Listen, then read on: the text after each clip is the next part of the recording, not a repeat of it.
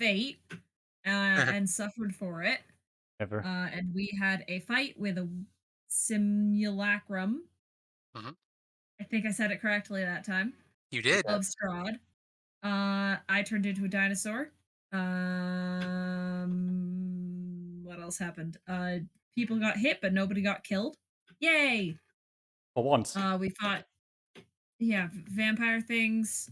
Did some property damage. Ireena swore her paladin oath. Ireena became a paladin. Leveled up. She used Rory's Uh, body to fuck up Strahd. Hmm. Yep. Ireena learned that she cannot do the soul sucking thing. Rory has to do it. It's an affliction of the soul, it would seem.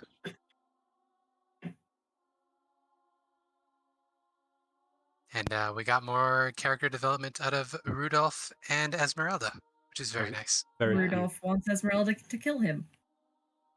Or Apparently. at least expects it to happen. Yeah, he expects it to happen. I don't know. We're not exactly sure on the nature of his curse, do we? It's just like, Something, He his murdered loved ones someone. die or get a horrifying end, so he doesn't show her any love so that the curse doesn't. Yes, he murdered someone important, which caused To a the Vistani Vistani. to curse him. And Vistani curses are unbreakable. They surpass time and space and even the authority of the gods. So, Quite impressive. Which his might be the reason curse why is Strahd actually written exists. down in here, so I could read it to be clear rather than vaguely gesturing at what I remember. Von Richten.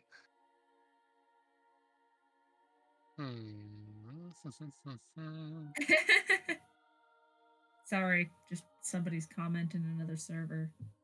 Apparently, a full sleeve tattoo is $1,500. Oh, damn. oh god. I mean, It's depends expensive. on I guess. Yeah, it's a pretty funny little bit of text. Okay, so it doesn't actually give a blurb. It's only the vague description I've been given. But the curse that Von Richten is under, it brings doom to those he befriends. He will never have peace, and everyone he loves will come to doom because of their knowing him. That is the Yikes. nature of the curse that he described to Diana.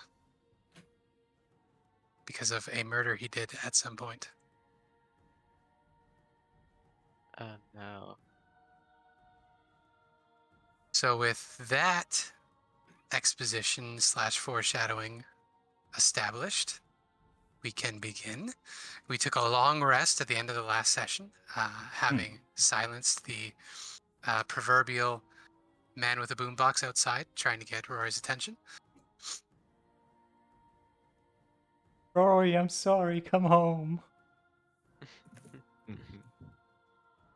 Rory, I'm obsessed with you because I'm just an evil, nasty person. Come to me and die. So, is anyone doing anything particular during the night, or are you just resting? The top floor of this tower is the only safe one. As you learned last time, the scaffolding and wooden floors on the other levels have decayed to the point where they hold about the extent of Volk in their human form, their small human form. Not much Volk else. as a 5-year-old. Volk is a 5-year-old, yes. Hmm. And there's only one bed up here. I mean, Yeah, given the which opportunity, Volk will become 5-year-old and snuggle with whoever will snuggle with them. wonderful. Specifically Rory, but if Rory leaves to go have a conversation with Diana, probably go over to Ileena and just I'm hanging out with you now. Come here, you're my mommy Okay. now. Yeah. Ezmerelda and Von Richten will sit on opposite sides of the tower. Rudolph will be writing out things in a little journal he carries with him, while Ezmerelda will be between staring daggers at him and just going over her own equipment over and over again, seemingly counting the number of stakes she has, the number of daggers she has hidden, these sorts of things, until they eventually will both fall asleep over their work, leaning against the walls.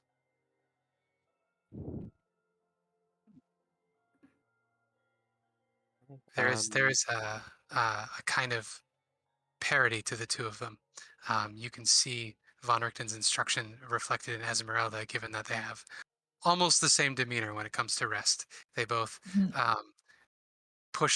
sit down and push themselves up against the wall in the exact same way. They sort of brace themselves at the same sort of posture. And again, they pointedly do not make eye contact and do not say any words to each other.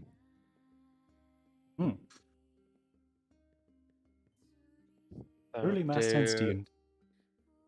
What's that? Did you say something? I think I did. Well, what did you say? Just said truly master and student. Oh, okay. I suppose do Diana and Rory leave the tower to go outside to have like a private conversation?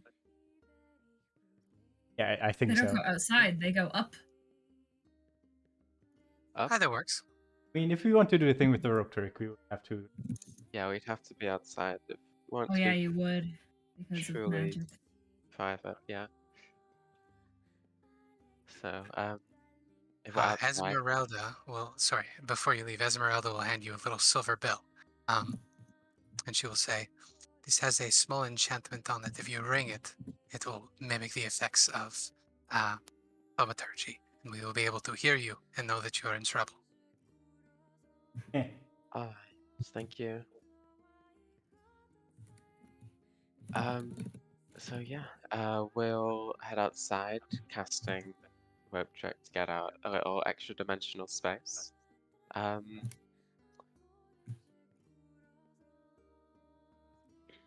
Diana just says to Rory, "What is it that she wants to talk to me about?"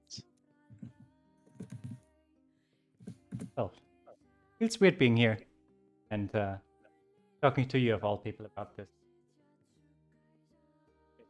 I don't have much options, so here goes that. I can see that you're a little tense. First off, no bullshitting, no manipulation. Talk. Manipulation. Me having like honest talk with you. Considering what has happened. I don't know. I don't know how to do this actually. It feels weird just reading the text, and it also feels weird now changing what I said. Are you Well- just reading it? You can just go off the vibes and have the conversation Yeah. improv in real time. Yeah, that's the thing. So, you know how I'm not really a good person. I tried to be a good person some long time ago. Didn't really work out due to my nature, you could say.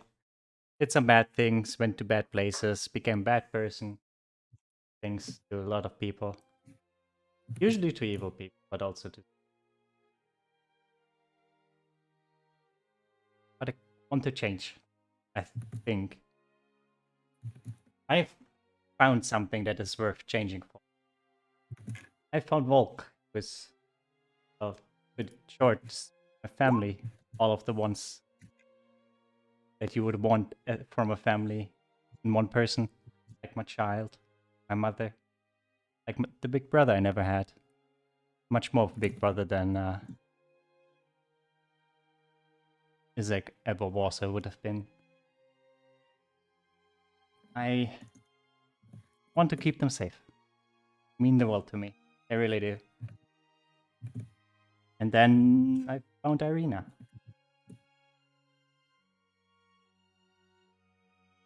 Me being with her is most likely the best thing that has ever happened to me. I I really do love her. I mean it. I want to change for her. I want to be there for her, and I want to protect her. And I've tried to do that, and it hasn't really worked. I tried to protect Volk, and also that has not worked. And now I'm whatever I am now, something different. I fear that I don't have the power to really protect them. All I see is me hurting them and not being there for them when they need me. So I can't do this for much longer, I feel. And just put it simple. I'm asking for your help. You help me protect that. It was dear to me to protect my little Volk, my little touch from this world, from Strahd, and if needed from me. I know it's much to ask, especially since we are not necessarily on good terms, especially since Brett has gone, one you guess trusted the most from our current party. Especially so since he did it to save me. Was for whatever reason. But I'm willing to use this opportunity that he gave me. I feel like I'm not strong enough alone to really do what he expects of me. You don't have to be sorry, I suppose, that it was Redmond's choice, and I don't know if I agree with it, but it was his choice to bring you back, and I suppose we just have to live with the consequences. I don't plan on. I would never plan on abandoning anyone to Strahd. You don't have to worry about that. But if you're thinking about yourself, have me having to protect Volk from you, I think that if you want to become a better person, not, I suppose, not fall to temptation, then Volk is probably the best person to help with that. I don't think anyone can really grow on their own. Like, no one can grow in isolation. So you being with Volk, you loving Volk is the best cure, I suppose. I don't think I would have got any better without what few friends I suppose I had in the Underdark and the other followers of Illustre that I've met, and obviously Redmond. So I don't know. I can, if you can ask what you want from me, and I'll try to help. But I think that Volk is the best thing for you, probably. I don't know. These things are complicated, but I don't believe that you are or anyone is born evil. I don't think that it's your nature to be evil. I think that it's your nature to be good, and that sometimes the world is hard. Sometimes being evil is the easy thing, and when that when that feeling strikes you, just think of the ones you love and the world you want to make for them.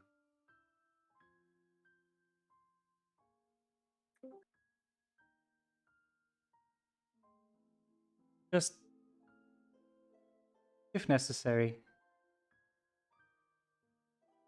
try to protect Volk. I think they are the one thing that's stopping me from doing something very stupid. I would protect Volk anyway.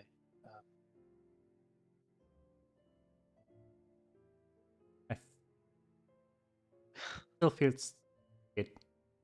Anyway. And if you'd like, I guess I think we might be able to see if this saint at the Abbey of Markova could perhaps heal this affliction you have. The Dhampir, I believe Van Victon called it. Maybe. I don't think it would be easy, but like I said, you got to think of the world you want for the ones you love.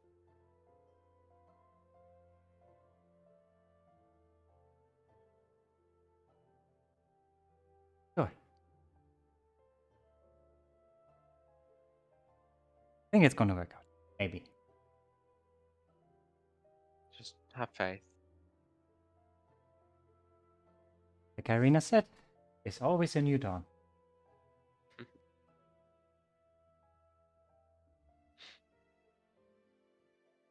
Music. Do you still? I feel like you still have some doubts.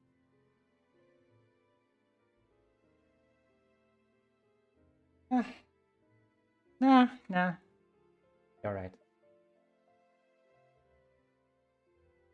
Losing my touch. Is Ireena, is she in your head now? Or is she asleep? I'm not really sure how these things work. She gave us some space. Notice I wanted to talk about something that she shouldn't listen. Step back a bit. She's there if I want to call her. I can feel that she's there, but she's not listening. Or the right way to say it, I guess. Yeah.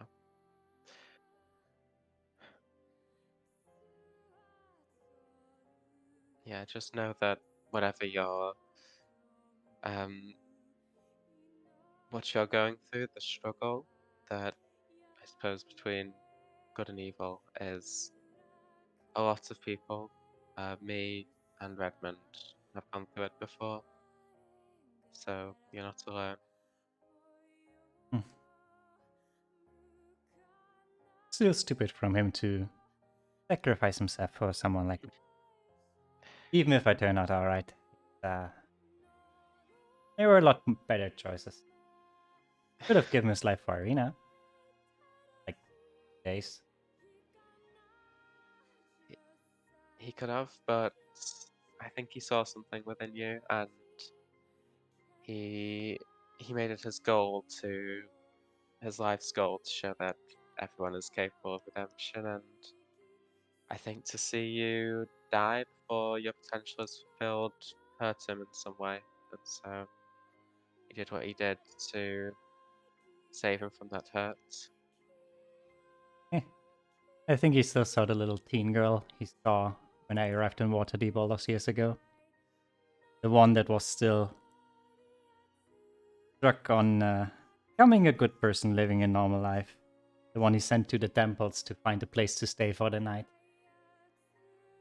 Before I realized that I don't have a place like that in the other world. You can always go back to how you thought back then. I would love to think that is that easy, but it is not. It's easy being good in a world where everyone else is bad, as well as it's easy to be bad in a world where everyone else is supposedly good. I guess I just go with the easy way. Maybe not. We will see how much of that still stands once we get out of here, if we get out of here. Maybe we all fall in despair. We will see. Good time. I have faith that we will. Sure you do.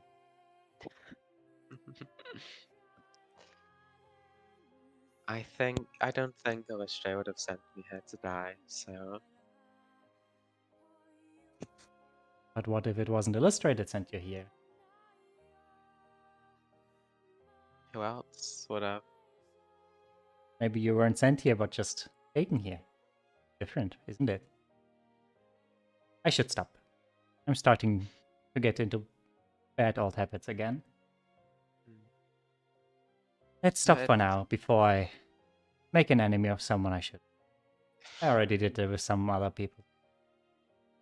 It's good that you're self-aware. A lot of evil people don't realize what they're doing. That's why they can't change. I don't know. I don't know why I tried taunting you. There's no reason for me to do that. As said, old habits die hard, right? Mhm. Yeah, I will admit it's a lot more difficult for you. With, I suppose, I can live for hundreds of years. I have all that time to change. You don't. It can feel sometimes like, I don't know.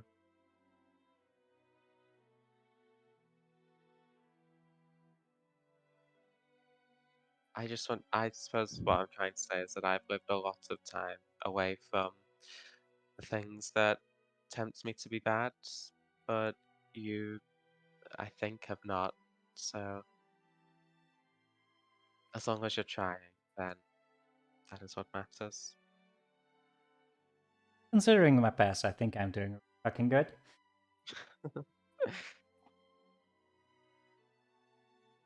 Could be better. Could be worse. Could be a lot less dramatic. Certainly could As with go with a lot less dying. I didn't think I would come back from dying once. Especially not twice. Whatever, I come back now. Also didn't think that my loved one that I've met like a week would die in front of me and then come back to haunt me. In a loving way. Just make sure you're safe. I will obviously try and protect you, but there's only so much I can do. Well, for now I think a certain Dark Lord doesn't want to have me dead, because, well, if he wanted me dead, he could have done that when I was resting in his arms. Yeah, you have that. That is, you definitely have some leverage. I mean, my leverage is that I have the soul of his beloved one in me, so as long as I have that, I'm thinking in bad terms again. Let's stop for now.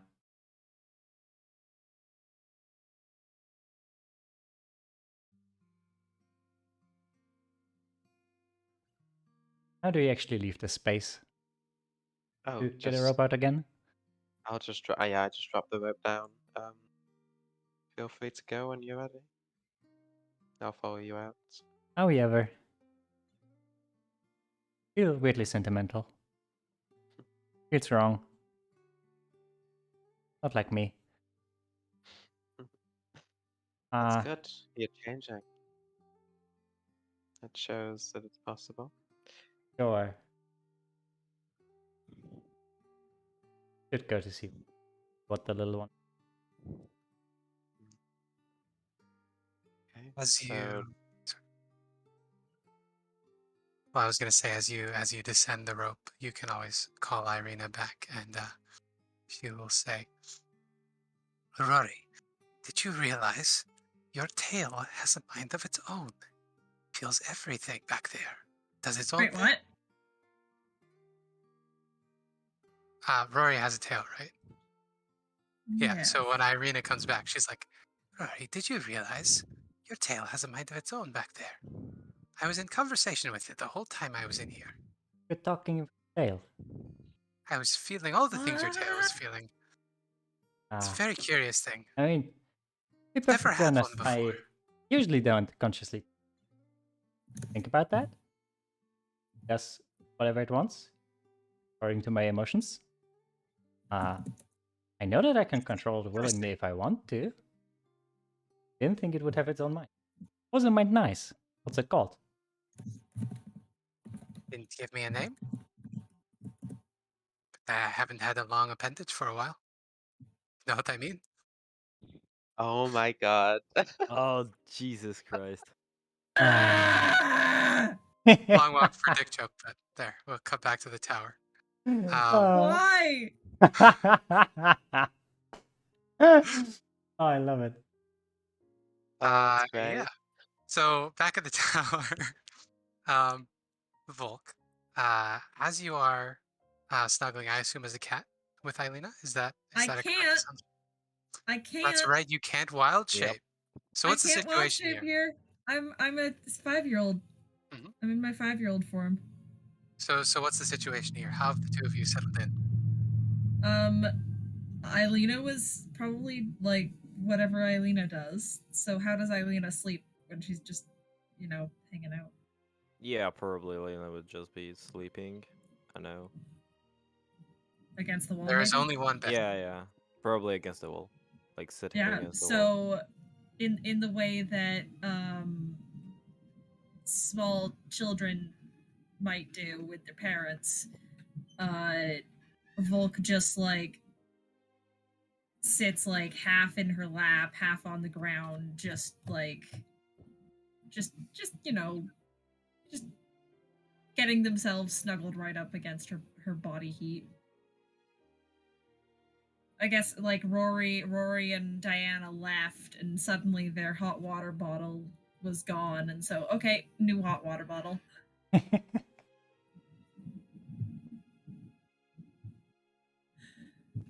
So yeah.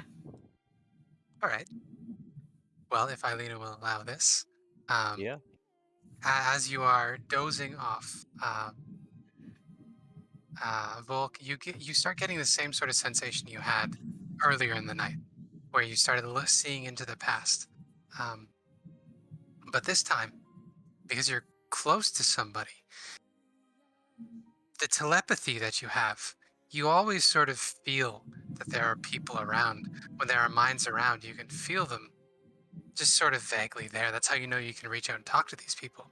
Yeah. And this time, when you begin seeing back in time, you get the sense that you might be able to bring someone with you telepathically, because this isn't like a vision per se. It's more like you're remembering something that you have Never no, experienced. and then you're just sort of recalling it. It's not like it's new information when this stuff occurs to you. It's almost like you've known this your whole life and it's only just coming back. Mm-hmm. It's a flashback. Yeah, it's simply a matter of opening that party line, you would think, if Ileena is willing. Yeah. Lena will be willing.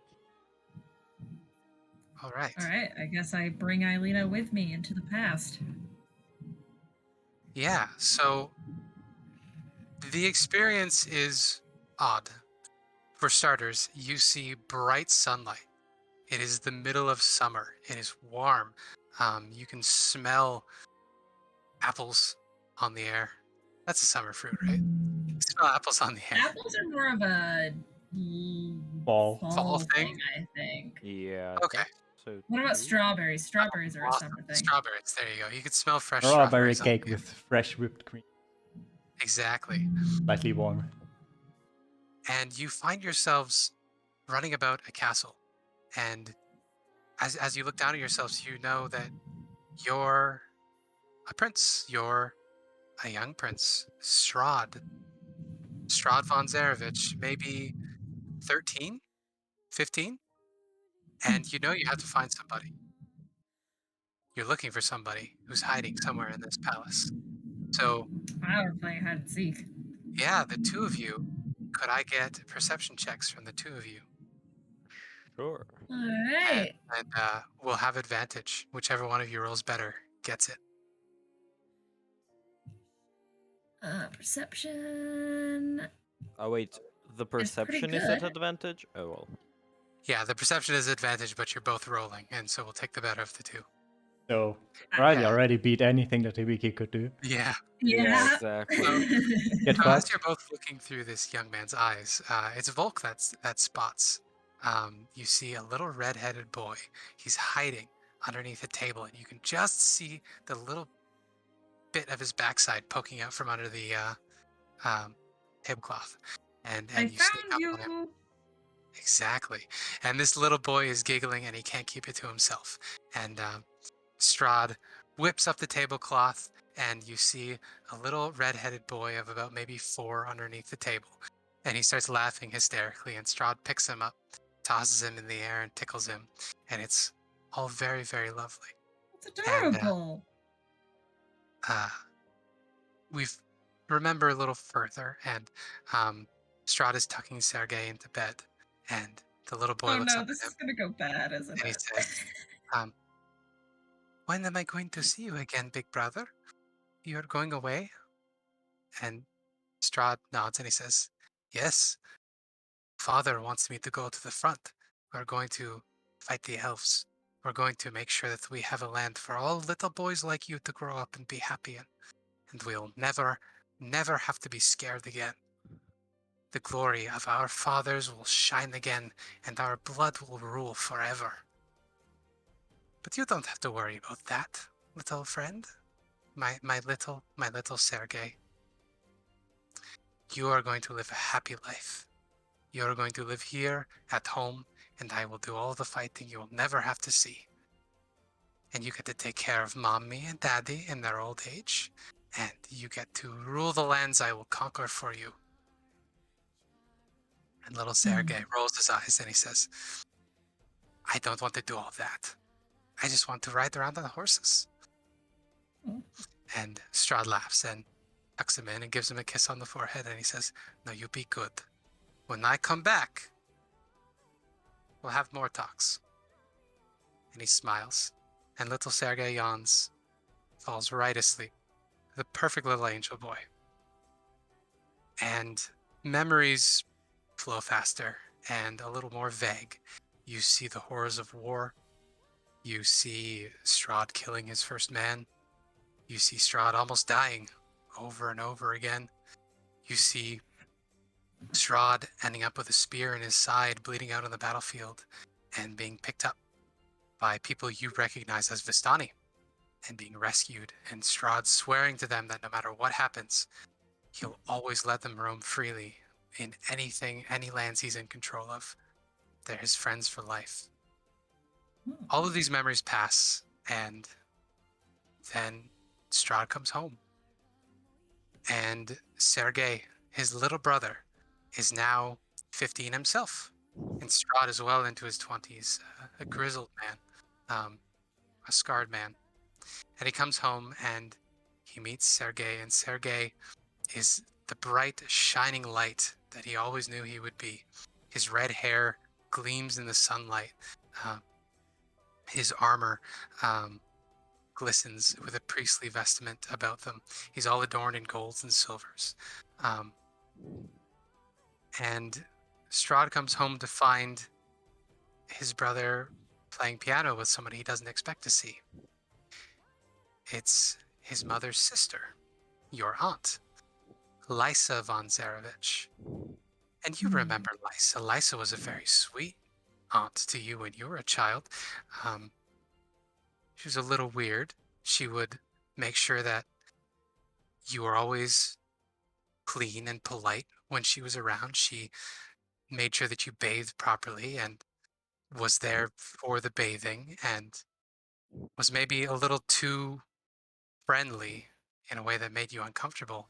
And you didn't understand that when you were a child, but when you see her leaning over Sergei, playing the piano with him, guiding his hands, you recognize what you didn't know when you were a child, and that's what she wants to do with Sergei, what she tried to do with you. Some very uncomfortable things. Uh-oh. Oh boy. Oh, boy. And Oh. you pull her aside, and you're angry, and you know your mother is in the other room. She's drunk. She must have known what was going on with you. She must know what's going on with Sergei, and she's done nothing. And you know something has to be done. So you confront your aunt, and Strahd says, what are you doing? How could you do this? He's just a boy.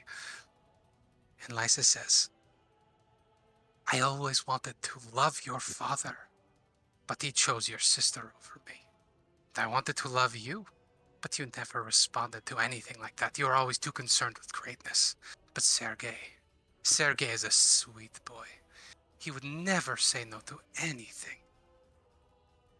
Sergei is a well-behaved boy. Oh, And at this point, Strahd has a choice. Not his first hard choice by any means, but a hard choice that brings into light a question he never even knew he would have to answer, which is, what are the lines of family? What are the bounds of blood? hmm. How sacred is this relationship? And what does Strahd choose to do? I mean, if I was him, Stabby. I feel like Strahd would take action in a violent manner. Yep. I agree with this. Knowing Strahd, I feel Yeah, like it's that's the choice he would yeah, take. it's something that Strahd would do, yeah. I mean, Volk hasn't seen it, but we as the players have already seen that he murdered his own brother. So I feel like this wouldn't be that much of a stretch. That's fair. Yep. Then, as these thoughts are running through your heads, Strahd reaches up and he grabs his aunt by the throat and he pushes her and pins her against the wall. And he says, "You will not touch her. You will not touch him ever again. You are not welcome in this palace. You are not welcome amongst my family. You are nothing. You are dead to me." And Lysa simply laughs and she says, Little Strahd, little boy Strahd, you know nothing of what you are talking about. Our family goes back generations. There is nothing you can do. I am an honored guest of your father. I am the sister of your mother. I taught you to play piano. I taught your brother to play piano. What would they think? What would anybody think? Again, Strahd pauses and thinks, is he really going to do this? This is his aunt. And with that, he pulls a knife from his belt and he puts it against her throat. And he says, never again. And he cuts her throat. And she drowns in her own blood as he holds her there against the wall. And Sergei say? You can hear him playing the piano in the other room. Oh, in the other room. Alone. Okay. He doesn't even see it happening. No. Yep. Which is probably good. Yeah, it's better. And with that, the two of you flash forward in Snap time. back to reality. There goes gravity. Do we snap back to Possibly. reality, or we Yes, you have snap more? back to reality. Okay. Yeah, at that point you come back, and whatever vision you were receiving has been delivered.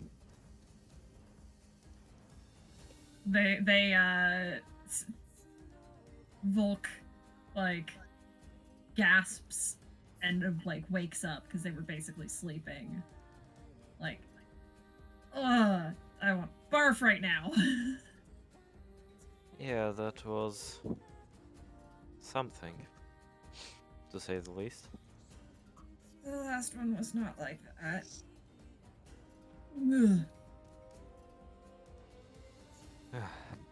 Kind of, Ireena kind of shivers at what she saw. Were you there?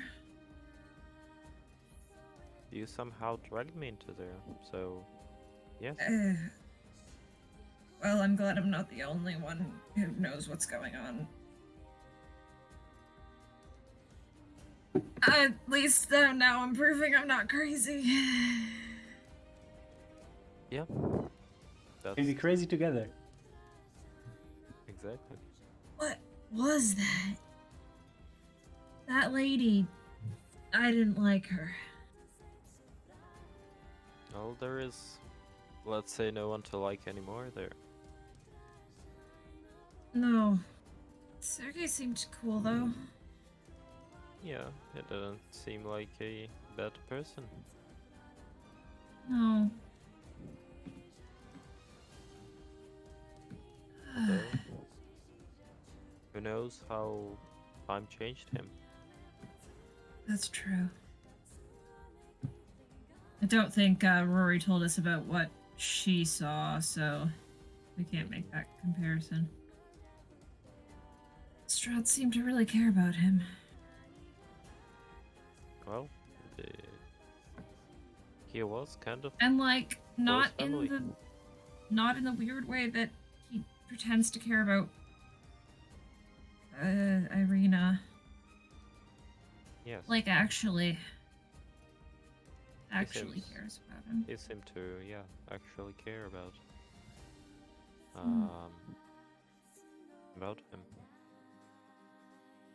I still hate him though. He is certainly not a pleasant person. Oh, can I get back to sleep after something like that? I hope so. I hope. That is some nightmare material. Mm. I hope you don't mind me staying with you. No, of course not. Thank you. And Volk kind of curls up and tries to go back to sleep. All right. Around this time, Rory and Diana can return to the tower. Rory And was we top of the tower for a bit and talk with her. Just random thing. For like an hour. She has lots to talk about. Diana will just continue her trance. Very well. Then, if there's nothing else to do during the night, dawn comes, such as it ever comes in Barovia. And Von Richten is the first awake. Well, besides Diana, of course, because you only need to trance for 4 hours. Yeah. So Von Richten gets up early, as old people tend to, and he opens his chest in the corner and begins rifling around in there. And eventually he produces this little burlap sack, which he opens up, and he dumps some of the contents into a little mortar and pestle and begins grinding them together, while he sets a little Bunsen burner on fire with a little thing of water on it. Does Diana know what this is? I'm pretty sure this is coffee, but Yeah. does Diana Yeah. know what coffee is? This is a very good question. It's not something you would find in the Underdark. Let's get a history check. Okay. Ooh. Oh, Yeah. Yeah, you've had it. Nice. Good rolls for the It's important something things. grown. Yeah, it's something grown more south in places like Chult, and not really in the Sword Coast where you've spent most of your time. But it's common enough. It's expensive where you've been, but yeah. He's grinding up some coffee beans, and he's gonna stew them. Yeah, so he nods at you as he gets up and does his thing. I'll As go the over. oh, sorry. I'll just say, how does one acquire coffee in Barovia? Do the One does- Vistani bring it down? One does not acquire it in Barovia. One must bring such luxuries with them. Though I suppose the Vistani could sell such things. Oh, I forget. You can traverse the mists, can't you? Sometimes. When I am in the mists, I can always tell where I am going. Entering the mists is up to the Dark Lord of the lands you're in. This realm is closed. How do you leave then? Are you on good terms with Strahd? No. We have clashed before. He is not supposed to leave these realms, but there are times and ways where he has found little ways to extend his realm here and there and leave for a time, or send a duplicate out. I have fought these before. We are known to one another. And he lets you leave? No. This is my first time entering. When you travel the mists, it is very dangerous. Unless you are Vistani, there's no telling what you will encounter. Usually it is death or monsters of some sort, living nightmares.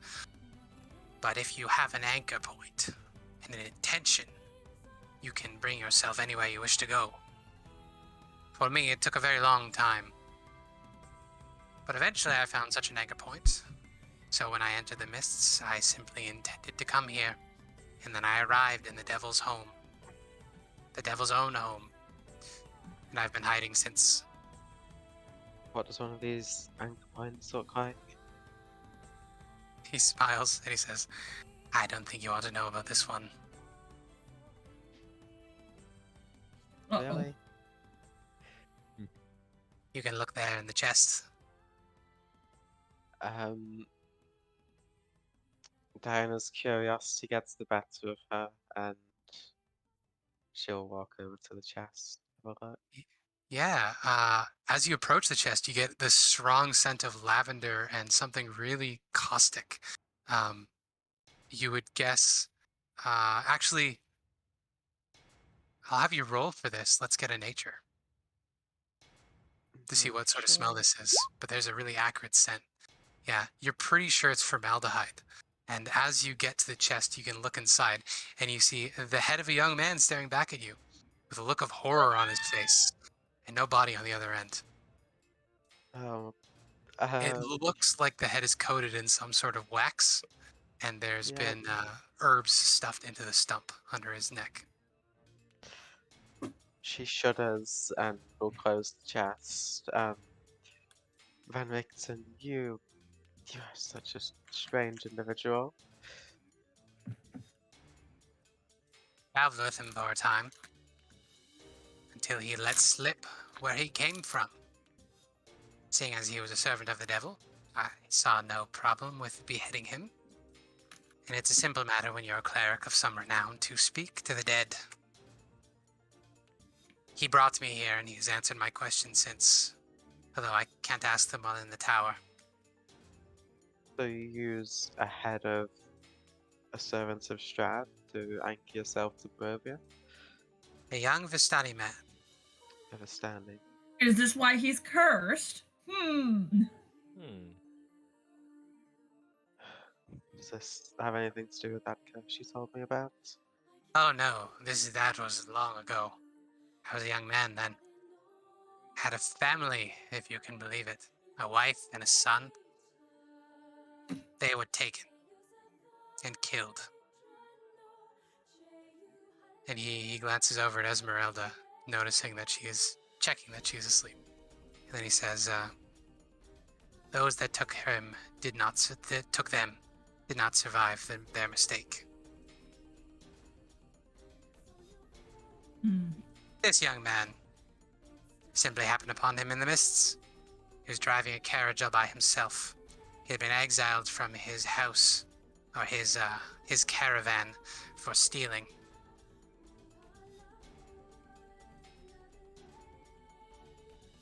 Well, can't say I approve of that, but of what you did, but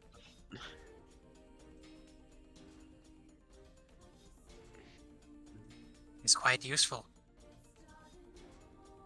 The dead If we have were- secrets to tell. yeah, if we were to want to create our own anchor points, are there any other ways other than Vistani heads? Well, it is not just a Vistani head.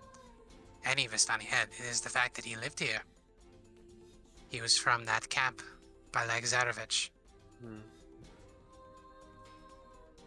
To create an anchor, you must find an object or a person who is of strong emotional connection to the place you wish to go. And when you hold that thing, you must also know where that thing is from. You must fix it in your mind. And as you walk, you must imagine and believe yourself to be coming there. It is the same as prayer, in a way. You don't know that it will happen, but you make it happen by believing. I think I understand. Um, so a sword that was once used by Strahd and was maybe destroyed, sealed away, that perhaps be used as an anchor? Anchor to get here? Yes. Hmm. Anchor points can only bring you to the place from which they come. If you wanted to return to the prime material, for instance, you would need some sort of item. I would assume you carry items of emotional significance to yourselves. You would simply need to enter the mists, believe that you can return home, and then, provided the lord of whatever land you are in does not wish to stop you, you should arrive home. Should. Home is the first step.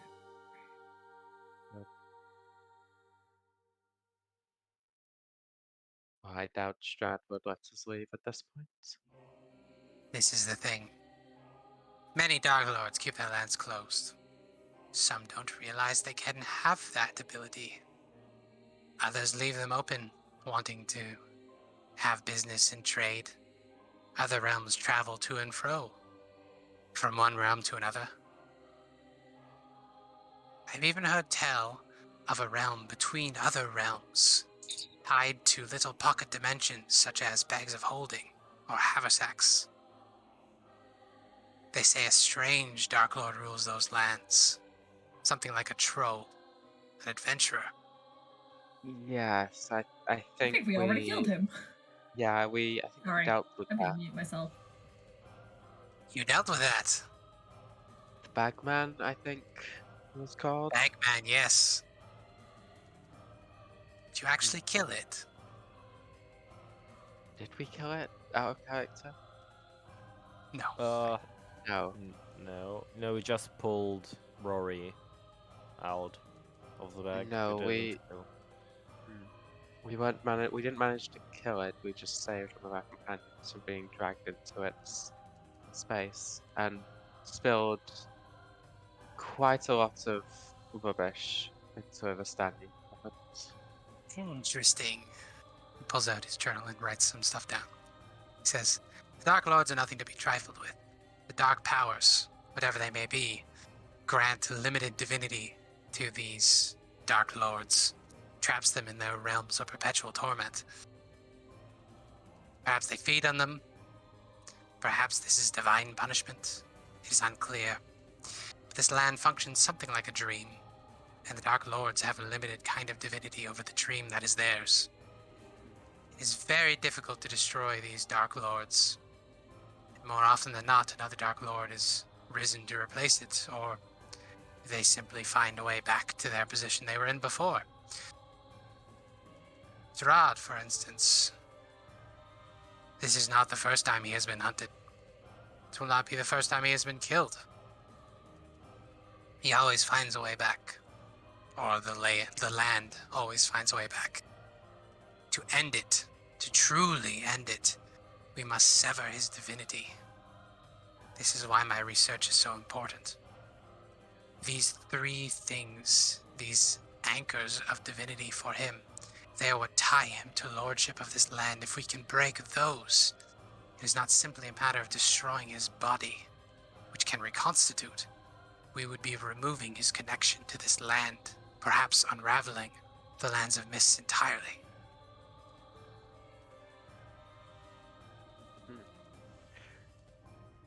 Oh, that's our goal now. Quest. Quest. Waste? Yeah, I think that was already our goal Quest. though. So, I yeah, know, but it's fun to have it restated. Yeah. Reinforcing. It helps it stick in the mind. yeah, we were on our way to the Abbey of Saint Makova. So, That is believe one of the that's places where. of defilement. Okay, this has been a very interesting conversation. I'm always happy to learn more about the lands we now inhabit. My intention was to head east. I was going to visit the castle itself. I imagine the Dark Lord is going to be more interested in you than his home at present. I was going to see if I could find this heart of sorrows and destroy it while he is distracted. You don't Good need plan. me tagging along. An old man and all that. Have fun storming the castle. I'm not sure Ezmerelda would be too pleased. She'll get over it. At that, his coffee finishes brewing, and he pours it in a little cup. He hands one to you. He takes one himself, and then he says, Very kind of you. "Bid them May I, farewell for me." Interject. Yes, yes. Volk smells the coffee and wakes up. Ugh. Hey, there you go. Yeah, so Von Richten will say, "There's more in the chest if others have a taste for it. I will be heading out now before everyone wakes." Oh, Mr. Von Richten, sir. Yes, Why did I little just one. do that? Volk kind of like shakes their head like a dog that's just gotten wet, and then like the shimmer of their changeling ability, which I'm not sure if I've described it before, but I see it like Raven from, or is it Raven? Raven from X-Men. Yep. Like little the feathers flipping over. yeah, like little scales or feathers just flipping over, and they transform into their regular adult form, the black cat. I did have a question. We had a conversation a while ago, and I was a bit dodgy because I was not sure whether I could trust you or not. And I'm still not entirely sure whether I can trust you, but I do want to know, what is up with that locket that we found? You said there was. You told me the code word, but you didn't tell me what it did. It is something of a banishing device. It's not quite an iron flask, but it is an adjacent device of my own devising. It captures fiends who are in places they do not belong. If you say the words and they are in a vulnerable state, they will be drawn in and trapped, and you can summon them forth. They will do your bidding for a short amount of time. If you do not bring them back into the locket before that time ends, they regain control of themselves. Fascinating. Cool. Thank you. I will keep that in mind. I don't know who's holding the locket right now, but somebody has it. Yeah, so for mechanics purposes, it functions as a weaker version of the Iron Flask from Storm King's Thunder. It only works on fiends. Fiends who aren't in the Hells, obviously, or in the Abyss. Right. When you say the command word, within 30 Empyrean. feet, within 30 feet of a fiend who is on a realm that they're not supposed to be on, they have to make a wisdom saving throw. It's 13. If they fail the wisdom saving throw, they're drawn into the locket. When you open the locket by saying the command word again, they are your ally for 10 minutes, after which point they regain control of themselves. Neat. Yeah, so when they reappear, they're under the effects of a friend spell for the duration. That's pretty cool. Nice. We gotta figure out who's actually holding that locket. Well, if only you had a bag of holding, it would make things so much easier. Oh, unfortunate. Is it Hard in to the come back? by, I heard. It's not in the party loot, I don't have so it. it is in. It's got to be in somebody's.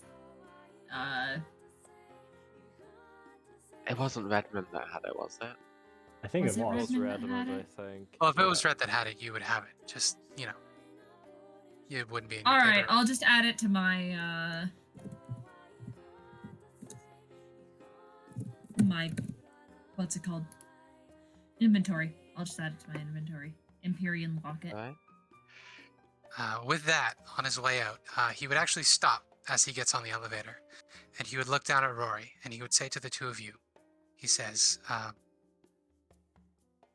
"Be gentle with her." Always. We will. We will. It is the case that when you have done bad things, you believe it is reflective of your nature. And you can sometimes believe that you can't change. But the thing to realize is that you never had to change in the first place. The bad things you did were just things you did. The person you are is the person you have always been. And that is a person worth saving. Then he triggers the elevator and begins slowly squeaking down. I hate that elevator so much. It's so stupid. I love it. No, it's great. It's Okay, now here's the question. greatly stupid. If you stand in front of the elevator and want to go down or want to go up, it moves. So what happens if Volk stands right in front of it and wants to go down after he's gone? It goes all the way down and all the way up.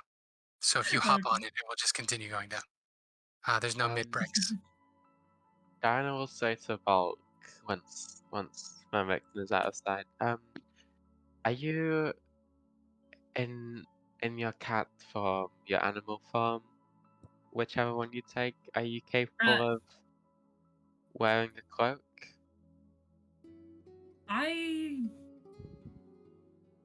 Not really. Equipment. Things I'm holding just kind of vanish into the ether when I shapeshift.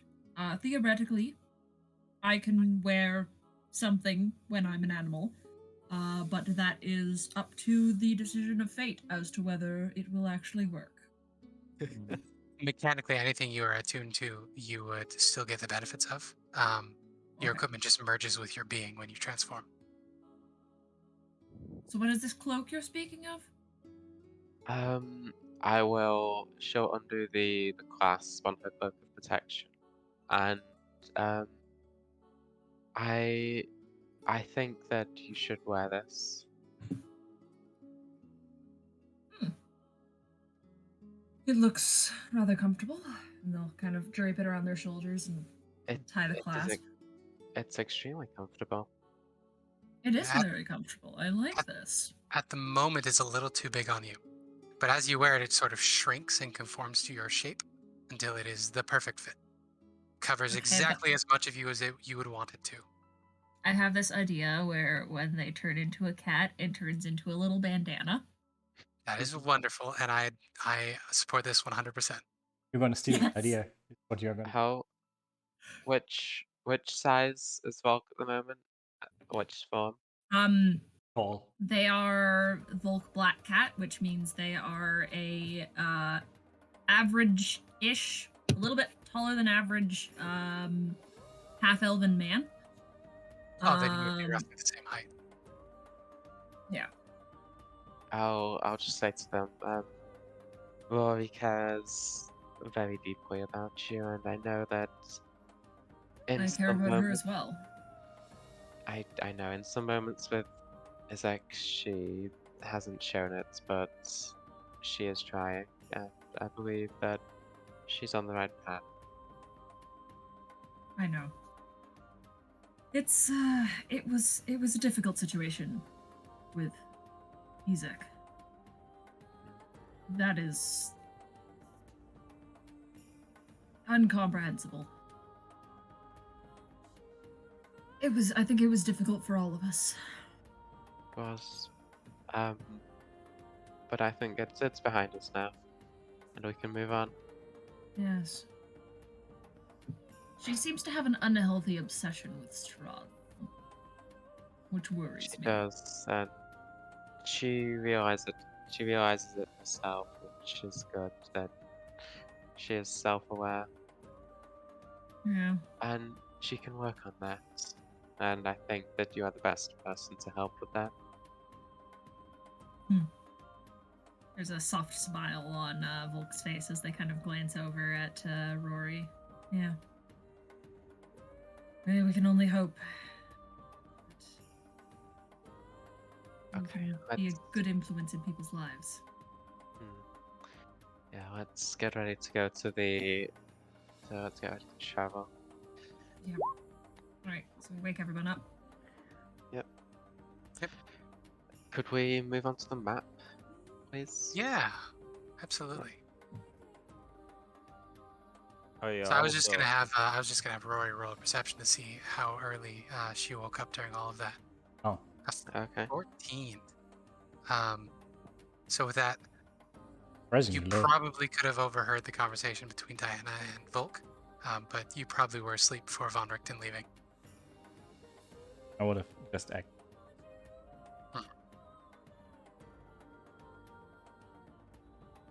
Good morning, everyone. I think. Are we all ready to travel to Krez? Ezmerelda will stretch and yawn and say, "Where did Rudolph go? Oh, that old buffoon. He's gone to go and He get himself left. killed again, hasn't he?" Probably. Let's be honest. Yeah, that Search. is possible. I search for over a year for that old fool. Just ups and leaves when I'm asleep. I She mean, looks if you at want to catch him, he told us where he's going. she will look at a space between all of you with nobody in it, and then she'll make a shrugging motion at it, and then she'll look back at you, Volk, and say, "Oh, don't worry about it. He wasn't particularly warm anyway." But My we're God. going to Crest then. Yes, indeed. I feel so bad for Van Richten. Yeah. Like the one person he like loves thinks that he hates them. That's the point. It's awful. It is awful. She will roll her eyes at this obvious concern from Diana. I imagine Diana is one of those people who cares so much Oh. that they can't hide it. So I imagine she's just Yeah, constantly like, her deception and everything is incredibly low. So yeah. High empathy, low deception. yeah. Yeah. So Ezmerelda will just roll her eyes and she'll say, "Rudolph has always been like that. He's a rough man, a hard life and all that. But he's useful. He's useful, and there's still much to learn. Much to learn." Well, shall we go then? We could pick my cart. Let's go. Yes, no Anybody more have 10 gold, walking. by the way? 10 gold What's that? pieces. Does anybody 10 have 10 gold pieces, by the way? I have 8 Pieces. I think we have some in the bag We of have- holding. I have a. A lot in one of our bags. Yeah, I think if we reach into the bag of holding, we can just like Scrooge McDuck We it. destroyed the bag of holding. Oh, Yep. It was a bag of devouring, remember? Yeah. No, it was a Oh. regular bag of holding, but Oh. The Bagman was in Rory it. rolled within the percentage I rolled like actually- what, a 99? to risk a little bit of a table talk. I rigged that. You were going to encounter him anyway. But normally what I would do is there would be a percentage range that you roll when you reach into the bag of holding. But yeah, To be fair, we're we just had to carrying party around loot somewhere else 10,000 because we or didn't know it was a 1,000 bag of GP. holding. So true. That's true. I'm guessing someone is just carrying that. Yeah. Yeah, so she Yeah, says, we- sorry. I will edit the party loot to reflect that loss. She says, "I will show you something cool. Come with me." And she will hop on the elevator. I And will it will fly out slowly of the go window. down. I can't deal with this shit. It takes way too long. Yeah, she will call to you. She'll say, "Don't touch the wagon." I will stand outside with my hand like one finger extend. Just very close, like a centimeter of air between the wagon and me. Yeah. Make a perception check. Boy. Is it a side perception check? Because I remembered that I actually have advantage on those. Yeah, it is a sight-based perception check. Why is my perception? I rolled a 4, a 5, a 1, and a 5. Holy. Yeah. 15. Yeah, you can't see anything in particular. Imagine having plus 10 perception. Still your rolls suck ass. Imagine Yeah, having uh, perception. When I had like plus 13 on my initiative playing Infernagus Wizard, I would always roll like once on initiative, but I still nearly have the highest. So The funniest is when you have a negative Dex modifier and you roll a 1 on initiative, then you just you don't get go. a negative. It loops back around and you go Oh. first. Yeah, yesterday I was playing a druid and they have -1 charisma. It's a bunch of new players. I tried to intimidate someone, got a 0, and none of them realized that you could actually roll a 0, so Nice. Nice. I have a Well- -1 in strength, so athletics is not a great thing for me. Yeah. okay. Anywho, What one yeah. way or another, you all end up downstairs, and the clay golems stop there pulling up the chains and just sort of stand there nonchalantly. Is the suit of armor coming with you, Volk? Or are Heck you yeah. going to leave it into the tower? Actually, no, we'll leave it here. I don't see a reason to bring it. Do you give it any commands before you leave? Rest. Okay. Then it will walk back to its customary place in front of the hidden alcove, and it will stand up straight, and then its head will lean forward, and the lights in it will go off. Did you And take Volk the will- 2 hours to actually identify the items? Well, we are now outside of the tower, so this is entirely possible. It was Hazan commands, You will obey. you will obey. And Hazan commands. What was it? You will rest, I believe, is what I had it be. You will rest. Okay. I was just writing them down because. Okay. Can we identify the items as we travel? You certainly can. When you get to the bottom of the tower, Ezmerelda will head out, and she will see Rory's finger close to the wagon. She says, "I know you didn't touch it, because if you touched it, you would be dead." And then she will sidle up next to you, and you see she reaches underneath the handle and very cleverly fiddles with a little latch under there, and disarms a trap. And as she opens the door, you can see that the trap was a number of strings tied to dozens of vials hanging from the ceiling of this cart. Could I get a... None what of do we this call holy this? water. Not holy water. Acid? Ireena actually would recognize this immediately. With a 21 perception, you probably would as well. This is alchemist fire. There are 6 vials of alchemist fire hanging from the top of the ceiling here, and there, you would imagine, are more in the chests around the bottom. She So- says, "There's only one way to keep it safe, and magical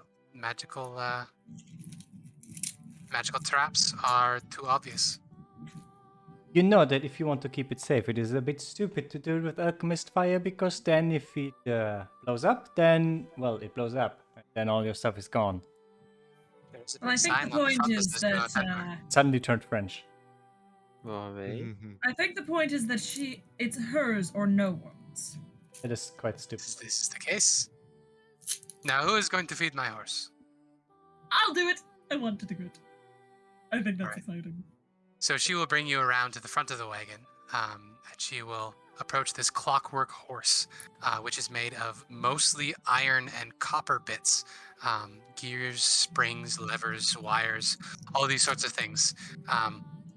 And its eyes are these sort of ventilation apertures that are currently closed. And it's also sort of sagging there. It's hard to see the inner workings of the horse because the plates sort of close up around it. If you've ever seen 1989's Batman, when the Batmobile gets its little armored shell, that's the sort of vibe you get from this horse. But as Ezmerelda walks around the front of it, she pats it on the forehead and she says, "Dorovash." And the horse perks up. Its eyes begin glowing blue, and its plates shift, and it stands up taller, and it looks, for all intents and purposes, as a full-size horse. And it begins sniffing around, whirring as it does so, sounding, for all intents and purposes, like a factory on 4 legs. I'll hold out my hand with pieces of gold in it. Yeah, let's get an animal handling check Nom. to see how appealing this is. All right. Ooh. Yeah, so the Mechanical horse... handling check? Mechanical handling check. The horse will give a side eye to Ezmerelda, expecting her to feed it. But instead, it will sniff around Volk's hand, and then after a minute, it will put its mouth over your hand with the gold coins, and you feel just the coldest, roughest appendage brush against your hand. And the weird thing is, it feels like a tongue, but completely dry. So if you could imagine a cat's tongue, but somehow less Okay. pleasant.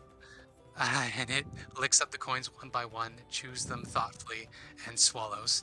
And then more lights light up along this horse, and it stands up, stands up taller, and is ready and raring to go. I like this. This And is Ezmerelda pats the horse, and she says, "Always so hungry. It's such a pain to get you moving." 10 gold I per like day this seems a horse. bit This is- excessive, doesn't it? Runs on gold. What can I say? Could get a normal horse. Normal horses die. This Mechanical is horses true. die as well. We've already experienced that. Poor Rusty. I'm still French, fuck. And summoned horses here don't look particularly pleasant either. As I'm sure you know. I think the zombie elk was quite... Not? I think it was. Quite scary. Sight It for was- sore eyes. Exactly. It was certainly something to look at. Not pleasant to look at. My horse, on the Depends other on- hand, very reliable. Depends on what Oh, look at is those pleasant to nice- your eye. Drawings. I have a question for you. Yeah. Yes.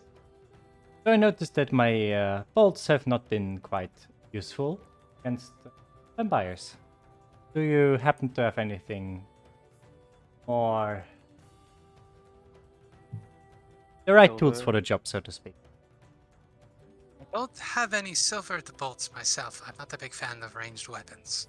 I'll show you. She takes her axe and she flings it in the woods. And then after a few minutes, or a few seconds, she'll raise her hand, and then all of a sudden, materializing like a mist, the axe will reappear in her hand, dripping dew, and she will say, "As you can see, I have my own magic weapons, my own ranged weapons." Well, This is so cool. that is good for you, but I was asking for my own sake. No silvered bolts, unfortunately, but I do have many, many stakes. So she will head to the back of the wagon and open up a chest. In this chest, oh, there are 10 silver crossbolts. I lied. Boop, boop, boop, boo. Is this the one that has all of the things that are in Ezmerelda's wagons? Nope. I'll have to go down, copy and paste it. Uh-oh. Doot, doot, doot, doot, doot, doot. I can't for the love of me get back into the accent I had before for Rory. I'm drifting into the French vampire lady that I had in another campaign all Oops. Well, that's completely all right. You're not a drow. Drow to me are always French. I'm not a Drow though. But I would never ask a British person to speak in French. That's culturally insensitive.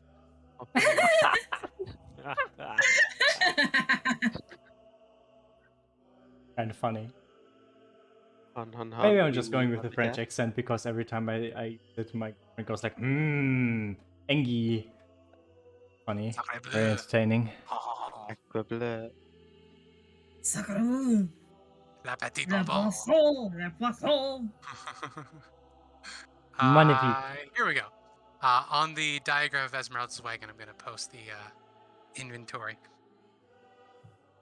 So because Drew isn't here, I will just say in his stead, you could take freely what you need. Oh, I will take the crossbow bolts then. Right. For the wooden stakes, if you fire a wooden stake with a crossbow, I would have you roll an additional attack after the first one. If both of them hit, you would pierce the right spot on the vampire and they would be paralyzed. Pretty strong. You do not intend to use those stakes on me, do you? I'm not even sure they would work. You're a Dhampir, you're not the full vampire. Well, on the one hand, I would be interested to find out, but on the other hand, there's a very good chance I might just die, so I'm just gonna go with no. With that, she pulls a hammer out of her pocket, flips it, and catches the end, and she says, "We can always find out." If you try to put a stick to my heart, I'm gonna stab you, and then I'm gonna bite you, and then I'm gonna blood, and then I'm gonna spit it out and call it Rory, disgusting, and then I'm gonna Rory. stop. Just offering. It's a friendly offer, science and all that. Sure it is. Quite certain that you don't mean any harm besides finding out my true nature. She's French now. I can't remember the other accent. She's French now. It's all good. French Rory. French Rory. Rory, if you will. Volk finds one of the wigs and puts it on their head. How do I look? Dashing. Very dashing. You wouldn't be out of place in an elven ball, I would say.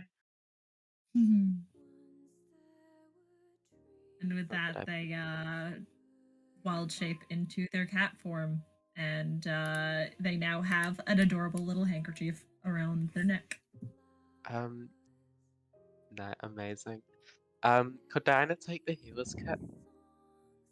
You can take whatever you need. We'll be traveling together now. Okay. I think I trust you enough to travel with you. Still be watching some of you. But Well, I wonder who you are talking about. I don't expect to be stabbed in the back, is all I mean. Oh no, true friends step you in the front. Exactly. But yeah, take what you need. I can always restock later. In the meantime, shall we get going? I will let you know if Let's we go. get into trouble. Okay, So- on the way to Kresk. Yeah, with that, she will hop into the front of the wagon, and you all can hop in the back, unless anyone would like to do anything different. No. Volk is gonna sit up front with Ezmerelda, just for fun. All right. The back outside of the sun sounds good. Okay. So we are traveling now. Ezmerelda will gently tap the back of the horse with her rapier and say, "Let's go." And the horse will turn and begin walking. And the cart pulls smoothly and easily, although the clanking and whirring of the horse is a bit of a distraction you have to get used to. Volk will watch the roads. All right. Now, there were some other activities we wanted to do while we traveled. We have some magic items we have yet to identify. There's also Yes, I lots will of hand those off things. before I turn into a cat. Okay. Meow. If anybody wants to Yeah. try to figure out what they are, go ahead. I'm a cat. Meow. Could I get a reminder of what these look like? It was a book Yeah, and it was One a of them is a gem. journal with Yes, there's- indecipherable writing on it, and the other But one's an Volk amber can read gem. it. I could read it, but none of you guys can for some reason. What was the second one, sorry? An amber gem? Amber gem. Amber gem, okay. I'll take a There look at that amber were gem. also some more items in Ezmerelda's inventory here, which you can look at. But yes, I'll take a so- look at that gem, I suppose. are you going to be casting Identify, or are you simply going to try to attune to it? I'll try to attune. I You think can we spend don't- 1 Let's hour. not do the dangerous thing, please. You can spend 1 hour Alright. to identify what an item does instead of using identify, and I highly recommend it because the last time I Okay, attuned I'll- to an item I'll do instead of that, just I'll do that, identifying yeah. it, I instantly died because it was the withered heart. Yeah, I'll spend an hour having a look at it. Yeah, so I just need to find it in here, and then I can plop it over. Don't remember what it's called now. Ooh, you know what I can do? I can just search it by its tag. Amazing. Ooh. There we Technology. go. Has it gone too far? Maybe. So you spend an hour looking into this amber gem and just considering it from all angles. And you realize that it is a spell gem. So, being a drow, you're familiar with arcane traditions and the construction of spell scrolls and all that sort of thing. Wizards are not uncommon in the Underdark. This is sort of a high-tech shortcut to a spell scroll. With one of these, You simply have to cast a spell into the gem, and then you can release that spell at a later time without having to re-spend any resources on it. Alright. Neat. With an amber gem, you can cast up to 4th level spell. The spell that is currently in this one is... I wrote it down somewhere. Magic. Don't remember what I wrote it down as.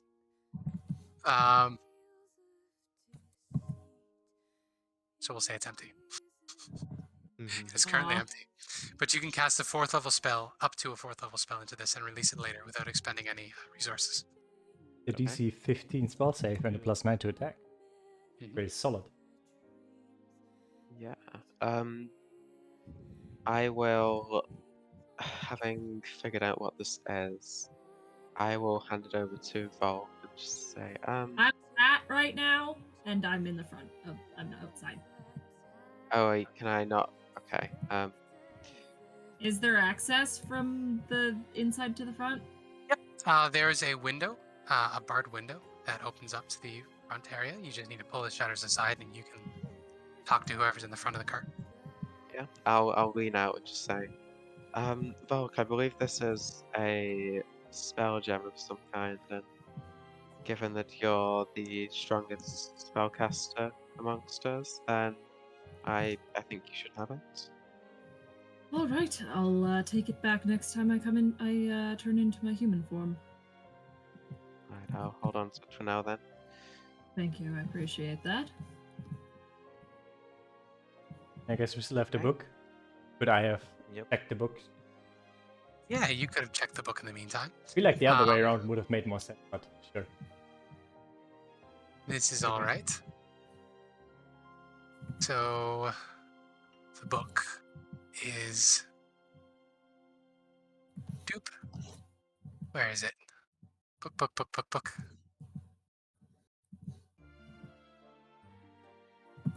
Zan's journal, there we go. Kazan, So- Kazan. It takes a while. You still can't read the cover once you spend enough time with it. But what you can sense about the item is this is a book of dictation, essentially. This book doesn't actually record physically information that you put into it. It records it magically. So when you open it, speak the command word. Anything that you say will be dictated like a secretary or what are they called in a courtroom? Anyway, it will dictate exactly what you said in text form, and then when you call that date or that topic, it will return relevant journal entries, and they'll appear on the pages. Otherwise, the pages appear blank. The most recent entry is the discussion that, or the monologue that Volk overheard. So you can double check it there. So, I would like to speak the command words and Mhm. see what else is in there. The Kazan commands you will obey. Yeah. Flip through the book to see what else it might tell me. So what are you looking for specifically? The pages are all blank. You have to give a date and time or a topic. Topic A would be Strahd von Zarovich, and topic B would be Kazan himself. Okay. So topic A, Strahd von Zarovich. So many entries full through. The pages become too full and they get jumbled and they get too packed, and the font is getting smaller as more and more things are filling the pages. Oh god. You suspect you may need to be a little more specific than that. Strahd von Zarovich becoming a vampire. There you go, Strahd von Zarovich becoming a vampire. The information that you learn is Kazan's perspective on matters. He talks about how Strahd had a wet nurse when he was a little boy, who the family kicked out right when he started his employ. They said that this wet nurse was hanging strange effigies around his body and offering prayers to strange dark gods, and the family was quite perturbed by it. And they banished her. That's the first clue, the thing that he heard about how Strahd was apparently destined for greatness, which Kazan found ridiculous, because Kazan, of course, was seeking to become immortal. He had come to Barovia because he heard that this was a place where one could learn to conquer death itself. So he was searching for a way to become a lich. And in his service to the von Zarevich family, he witnessed many strange things about Strahd. There were many dark forces arranged around him. And in time, Strahd was taken up to the Amber Temple, which is this ancient elven shrine to dead gods. Kazan didn't particularly care about the details. He called it all superstitious hocus pocus. But Strahd apparently had a profound experience up there, and he returned with renewed hope for some unrequited love that he had. Kazan doesn't care about it. Kazan just thought he was a spoiled brat he had to tutor wizardry to. However, while Kazan was away, Strahd killed his brother, killed all of his guards, and then woke up a vampire. And Kazan was left, the one mortal in the palace, and he was quite upset. And Strahd kept ordering around to do certain things: destroy this artifact, destroy that artifact, get rid of this thing, get rid of that thing. Help destroy this village, help overthrow that village. And Kazan could only, it was really annoying because Kazan wanted to finish his work, right? He wanted to become a lich, and the anti-aging potions could only do so much.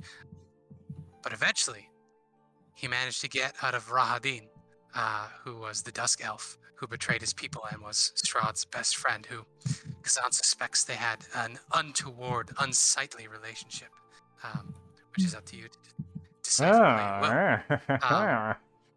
But he got Rahadin drunk one time and caught him off guard, and he sussed out the location of the Amber Temple, and Kazan suspects that the Amber Temple holds the remains of gods who created all of these ancient dark abilities. Like, that must be the origin of where vampires come from. Perhaps also where liches come from. So, he went up to the Amber Temple that last day seeking somebody, something, some final knowledge to finish his quest to become immortal and surpass his disgustingly gifted student. His unworthy student. Unworthy. Does it say anything about weaknesses of Strahd? Besides the obvious sunlight. Weaknesses of Strahd? Yeah. If you ask that of the journal, you'll get Kazan's insights into this. Kazan knew all of the regular things about vampires. You stake them with a wooden stake through the heart, they are paralyzed. They can't cross through running water. It behaves as acid to them. Holy water burns them. Sunlight burns them and prevents their regenerative properties. All of these classic vampire things. There's the Forbiddance Rule. A vampire can't enter an owned residence unless they are invited. Which Kazan used to great effect with his private studies. He made sure to never invite Strahd into any of them, and to create many magical protections and anti-scrying zones so that Strahd couldn't even check up on him if he wanted to. Beyond that, he says that he assessed that Strahd has a very weak emotional stability, that Strahd is prone to regret and emotional outbursts, and that he is particularly sensitive about the people that he cared about. His obsession with Tatiana, his regret over killing his brother, his nostalgia for his father, his disappointment with his mother, all of these personal things are ways to needle him. So Kazan had plans to say things that would hurt Strahd and distract him long enough if they got into a fight. Because you read between the lines, despite all of Kazan's protestations that Strahd is, a useless, lazy pupil, Strahd became a pretty accomplished wizard under Kazan's tutelage. So, magically speaking, he is fairly talented of a spellcaster, which Kazan was aware of and knew that he couldn't necessarily beat him. on a 1-on-1 spell duel, he would have to weaken his resolve in other ways. So, obsession over Tatiana, the regret over his brother Sergei, the admiration for his father, and spite for his mother. Other interesting things. Kazan, at one point, when they were conquering Barovia, Strahd fought an elemental, a thunder elemental, I think it was, and defeated it. This was a way to convince the superstitious humans that lived in the land, some tribe of barbarian druids mostly. He convinced them that he was this promised prince by destroying one of the elemental protectors of Barovia. And once he had subdued this elemental creature, he convinced Strahd, or he convinced Kazan to transform it into a weapon. And so this elemental named Alistor was transformed into a sword of lightning, which Strahd wields with him. Strahd also has 2 other magic items. He has a necklace of protection, proof against identification. What is that amulet called again? Amulet of proof against detection and location. So Strahd is immune to scrying and location spells. In addition to that, he carries a cloak of levitation, which is a sentient magic item containing the soul of a thief, which allows Strahd to fly. It also has a mind of its own. Cloak. It also has a mind of its own, and Strahd can command the cloak to attack anybody that grapples him, should they try. So it's Doctor Strange's cloak. Yeah, essentially it is a rug of smuggling, which grants the ability to fly to whoever wears it. I got a lot of information for my little journal. I'm very happy. Lightning sword, cloak of levitation, amulet of proof against detection and location. I'm happy about this. And this is quite useful. We should not underestimate the knowledge that is in here. A couple of notes that I could write down now, so... You can also find spell list in here as well. I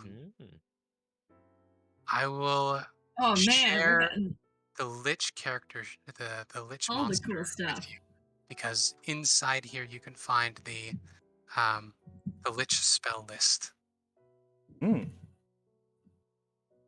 no one of us is a wizard. Unfortunate. Nope. Well, maybe if how Rory sad. perishes. Yeah, who knows? Anyway. And if you gain the ability to cast such spells, you now have access to them. Lovely. That will be all for Rory and the book for now. I will be back in a minute. Okay. Any other business?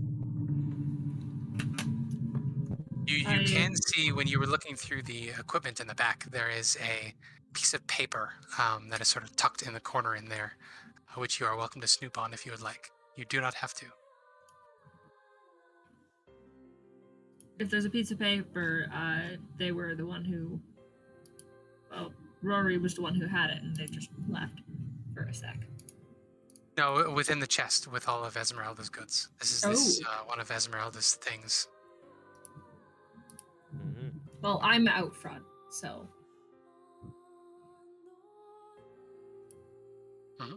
Is it like a particularly private thing? It looks like a piece of a journal that has been ripped out. And it's almost been discarded and forgotten in the bottom of this chest. I'll take a look at it. Yeah. I drew my kitty Yay. with their new Cloak. With their new cloak. So this I don't know what the cloak of protection looks like, so I made it look like stars. There is a reference in the magic items page, but totally okay. It can look like whatever you want. So the page that Diana pulls out says, "For more than 3 decades now, I have undertaken to investigate and expose creatures of darkness to the purifying light of truth and knowledge. Hero I am named in some circles. Sage and Master Hunter I am called in others. That I have survived countless supernatural assaults is seen as a marvel among my peers, and my name is spoken with fear and loathing amongst my foes. In truth, this virtuous calling began as an obsessive effort to destroy a vampire that murdered my child, and it has become for me a tedious and bleak career. Even as my life of hunting monsters began, I felt the weight of time on my weary soldiers. Today I am a man who has simply lived too long. Like a regretful lich, I find myself inexorably bound to an existence I sought out of madness and seemingly must now endure for all eternity. Of course, I shall die, but whether I shall ever rest in my grave haunts my idle thoughts and torments me in my dreams. I expect those who think me a hero will change their minds when they know the whole truth of my life as a hunter of the unnatural. Nevertheless, I must reveal here and now that I have been the indirect yet certain cause of many deaths, the loss of many good friends. Mistake me not, I do not merely feel sorry for myself. Rather, I come to grips with a devastating realization. I now see that I am the victim of a baleful Vistani curse. More tragically, the nature of this hex is such that I have not borne the brunt of it. Instead, far worse, those who have surrounded me will fall victim to it. I have related the tragic story of how my only child Erasmus was taken by Vistani and sold to a vampire. Erasmus? I explained how Oh. Erasmus was made a minion of the Night Stalker, and how it was my miserable part to free him from that fate at the point of a stake. What I have neglected to illuminate before is how I tracked Erasmus's kidnappers across the land, how I extracted Erasmus's location from them. In fact, the Vistani took Erasmus with my own unwitting permission. They had brought an extremely ill member of their tribe to me one evening and insisted that I treat him, but I was unable to save the young man's life. In fear of retribution, I begged the Vistani to take anything of mine, if only they would withhold their terrifying powers, of which I knew little. To my lasting astonishment, they chose to surreptitiously take my son in exchange for their loss. By the time I realized what had occurred, they were already an hour gone. Incensed beyond reason, I strapped the body of the dead young man to my horse and doggedly followed the Vistani caravan through the woods, naively allowing the sun to set before me without seeking shelter from the night. Shortly after darkness fell, I was beset by undead that would have slain me had not their master, a lich, intervened and spared my life for reasons that I do not completely understand. He somehow detected me and, with his powerful magic, took control of a pack of zombies that wandered the forest. He spoke to me through the mouths of the dead things and placed a magic ward against the undead on me. Then animated the dead Vistani and bade me tell me where I could find its people. Unfortunately, I say in hindsight, the plan worked. I found the child stealers, and my unwelcome entourage included a growing horde of voracious undead that could not touch me, thanks to the Lich's ward. When I found the caravan, I threatened to set the zombies on the Vistani unless they returned my dead boy. They replied that he had been sold to a vampire, Baron Metis. Something inside me snapped. I released the zombies, and the entire tribe was eaten alive. Yet the story has not ended. Before she died, the leader cursed me, saying, "Live you always amongst monsters. See everyone you love die beneath their claws." Even now, so many years later, I can hear her words with painful clarity. A short time later, I found my dear Erasmus made into a vampire. He begged me to end his life, which I did with a heavy heart. The darkness had torn him from my loving arms forever, and I foolishly believed that the curse had exacted its deadly toll. I wept until an insatiate desire for revenge filled a rift in my bottomless heart.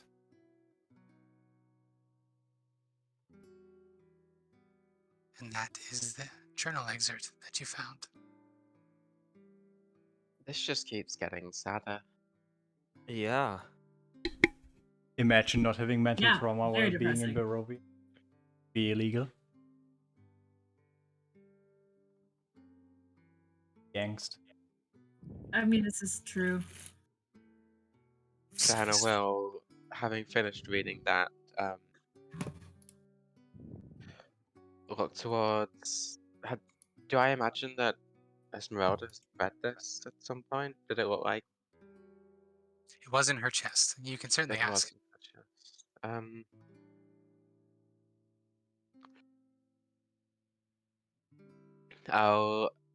I'll just I'll ask Ezmerelda.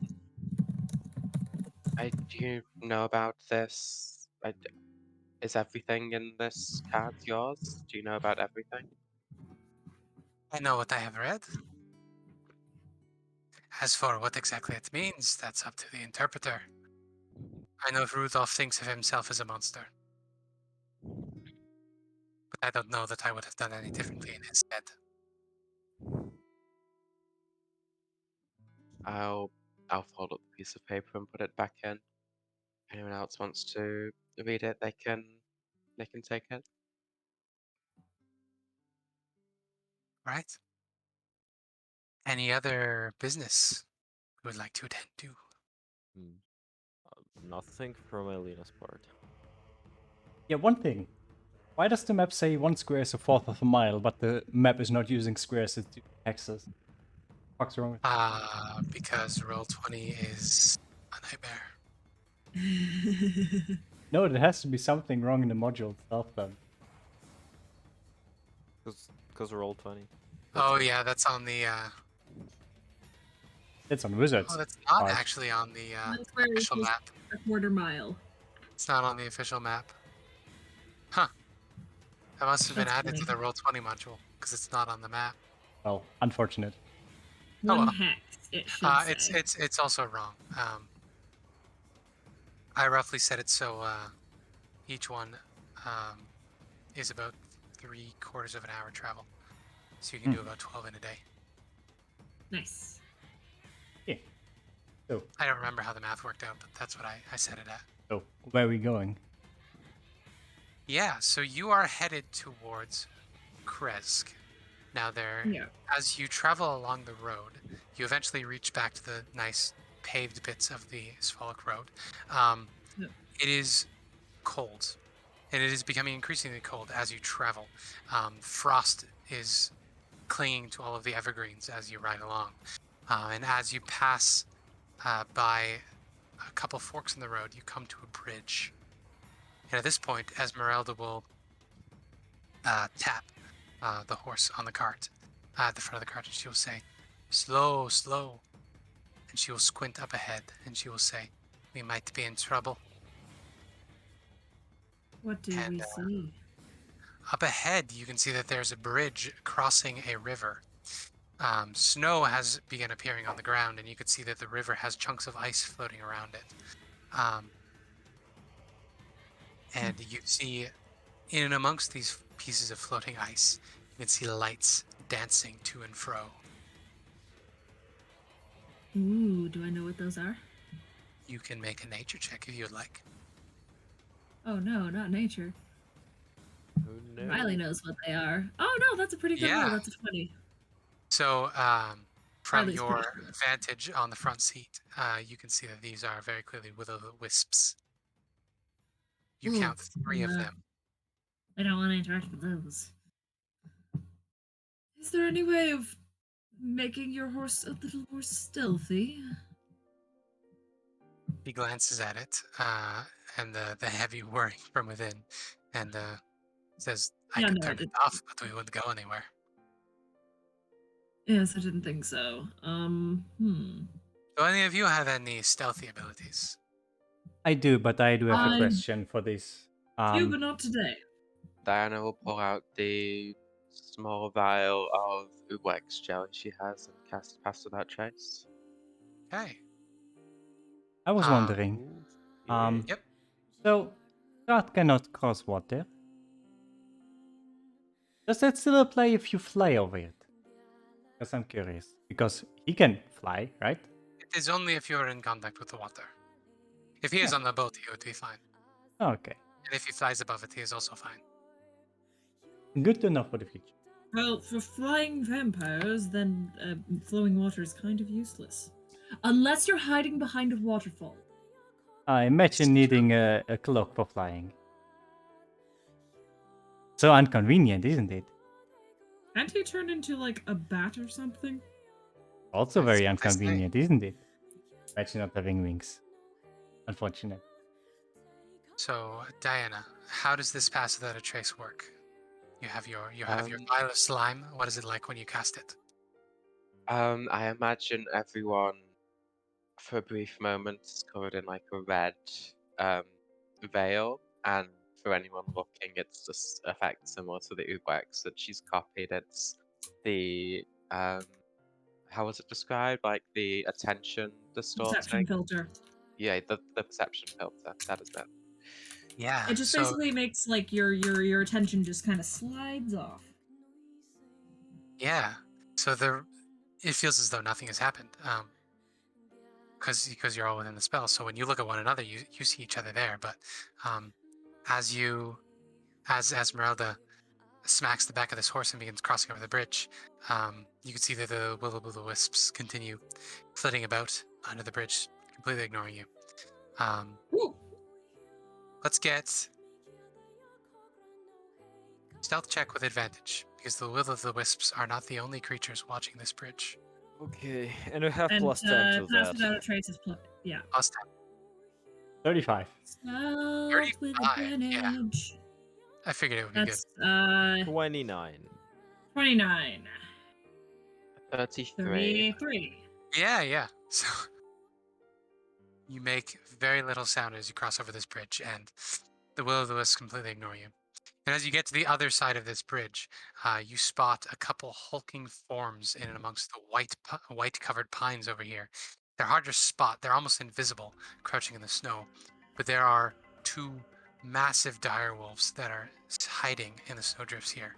But they're not regular direwolves. They have white fur, and they glow with a kind of misty blue energy. Their eyes lit lazily over the path, but sort of slide off you. Anybody that is looking at them can make a nature check to tell the nature of these creatures. I'll give it a go. 19. It's pretty solid. Ooh, nature. I have never Oh, encountered Astera anything does similar. not know. 11. So the 11. two of you, they just look like fancy winter direwolves. But Riley, you can tell that these are winter wolves. So Ooh. these are direwolves that have been transformed by the power of ice magic.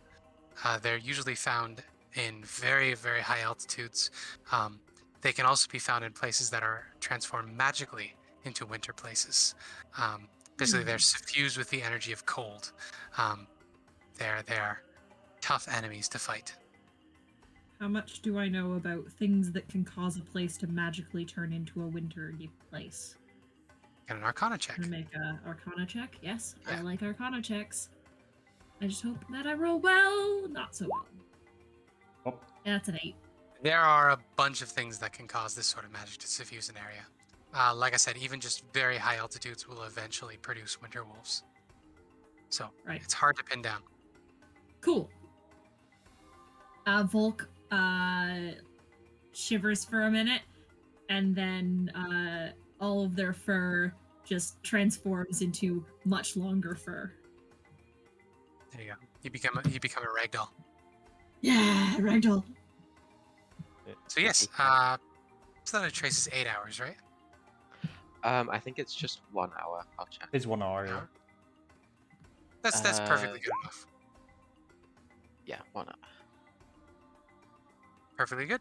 That is plenty long enough. As you continue riding on, you can see that there are other creatures in the woods up here. You see a couple owls looking down. See the odd raven here and there watching the cart pass. A couple of them caw in an alarming way as you pass by. But the cart does manage to trundle on. And eventually you're riding through about a foot of snow. The mechanical horse isn't having too much of a problem. You can see as its feet push into the snow, there must be some sort of heat to them because steam rises with each footstep. It's able to sort of melt a bit of a path as it walks forward. The rest of you, however, are beginning to feel very cold. So let's get a Constitution saving throw from everybody. unless you have some sort of way to offset this cold, such Let as me see. being a I have a furry very cat. warm cloak. Being a furry cat will do it. Yay! I don't really have anything, I don't think. Being from Icewind Dale, doesn't that do it? I'll give you advantage on the con check because you are familiar with negative 20-degree temperatures. I have a very thick cloak. Is it? Around. It's a check or a save? Check. Okay, check. Okay, I have a +2. 14. Hey, you're all right. 19. Yeah. You're all okay. No exhaustion from the cold. But it is getting pretty cold, so it might be worth bundling up with whatever clothes you can find. And Ezmerelda does have a bunch of extra clothes in the wagon. It Oh, is how quite can- pleasant, actually. Tactical. But with that, we finally see a wall on the horizon. You can see the land here. Up ahead, the forest sort of tapers off into a thick veil of mist, and you can't see past it. But increasingly up ahead, you can see on the edge of a cliff, there is a large wall encircling a town. And beyond the town, you can see there is a winding stairway, pathway leading up the edge of a mountain to this large church building up on the mountain face.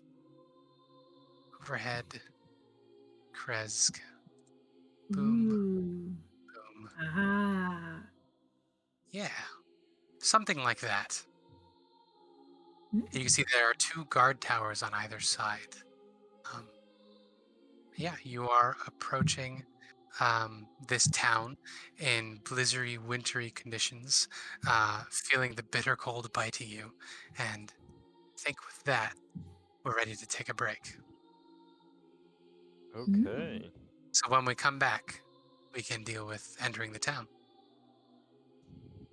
Also sneakily just fly in or directly go to.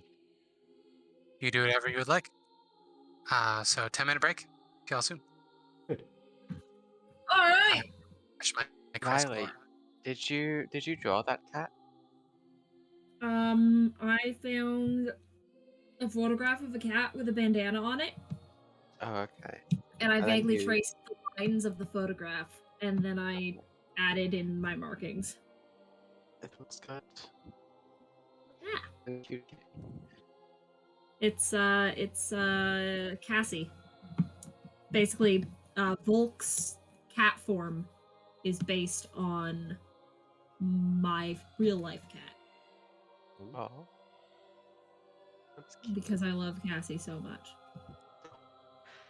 I'm going visiting my parents in Fortnite. I'll go see which I'm looking forward to. Okay, you are roboting, so I didn't catch any of Yeah, that. you're lagging Oh. like really hard.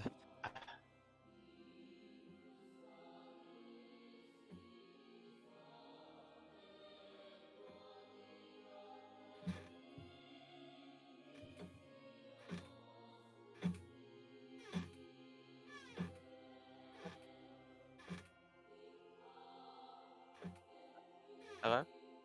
Oh. Something about a cat, I'm sure. What? You're talking about like you're going to your parents and something. Oh about yeah, the yeah. cat I'm going to visit my parents in a fortnight, so I'm gonna be able to see my dogs, which I've been missing in uni. Dogs. dog. Yeah, they're great. I'm gonna post. They sent me a picture the other day, and it was amazing. I'm gonna post it. Yes. Did I show you guys the picture I took of my Finnegan? I don't know whether I showed it off. I will upload it because it is a adorable photograph and my dog is so photogenic. One of my dogs is incredibly photogenic, and the other 2 are just like, I don't know. This is not a dog, this is a cat. But I wanted to show you another photograph. That is the cat. Oh, look at that. Look at that puppy dog. Oh, yeah, she's adorable. I don't know why, but that picture makes the two really thin ones look fat, and then the one that's actually fat, like thin. There's Just my the two puppy on the dog. left. And... Oh, very nice autumn photo shoot. Mm-hmm. I had a leaf blower. I had a leaf blower, so I was blowing the leaves up while I was trying to take the photo, and he just stood there like a little model, and just yeah, a little fashion model, and just let me take the photo. It was great. Adorable. I describe him as That's being work. extremely photogenic. Trying to upload a picture of both of our dogs, but it's not really uploading. Oh wait, there it goes. Kind of. It's coming. I'm slightly sad. I already forgot how to do the Rory voice from when she was talking to Diana because I prefer over the French lady. Oh no. Just rewatch one of your old streams. Yeah. But then again, the French lady is very easy to get into, so I don't There's think both Rory would dogs. be.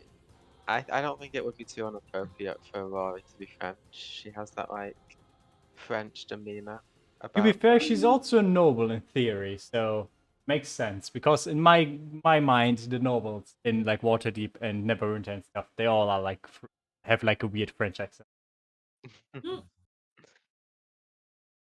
We are very Quite noble. fitting, don't you think? We are very noble. Mm. And I can't can do a annoy my French girlfriend with accent. it because every time she goes, "Ew, French." Funny. Oh, I swear to God, I don't know what's wrong with me this week. I've been drinking so much orange juice. Like, Hmm. I've probably drank over 2 liters just this week in orange juice. It's weird.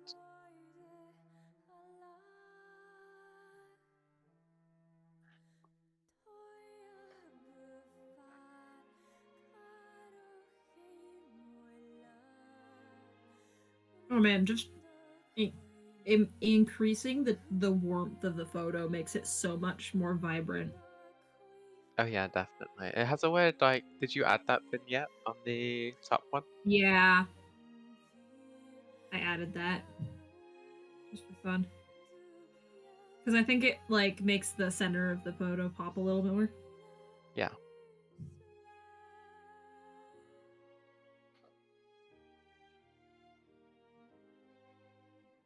Oh, one of your dogs looks like the little version of the other dog. Yep. Animals. Don't talk to me or my son ever again. I I'm can't also help- editing. I'm editing the second photo so that it also has all of that fun effects, so it looks more vibrant, and I will upload it in a minute. This has been a very exposition-heavy episode. Oh, I've been loving Yeah. it. I love It's been all cool. the. We like it. Yeah, I think we love like it. I stuff. like it. I love We all the needed- non-victim stuff. Yeah. Good. I felt like we needed a slower episode, and people have told me as much. So this is very good. One thing that I can't help but notice is Strahd and Rory are surprisingly similar things. Both despised their mother. They both killed their beloved brother. They both fell in love with the same lady. Is this Yes, something their you would mention to the beloved rest of the mother. party? Or beloved brother. Yes, definitely beloved. Yes. In that Is this moment, something Rory she would, loved him deeply. Is this something Rory would tell the rest of the party? Because you No. do have a protracted. We did gloss over a 6-hour cart ride. No, I would not tell them. It's something I might tell Strahd. Annoy him a bit. Fair enough. Fair enough. We're the same, you and I, don't you know? Yeah, quite alike, don't you think? You killed your brother. You love Ireena. Not Tatiana. I love Ireena. I hated my mother. Despicable lady. I think you did well as well. He also Rory. hated my mother. Why don't you roll me a percentage dice as this occurs to you?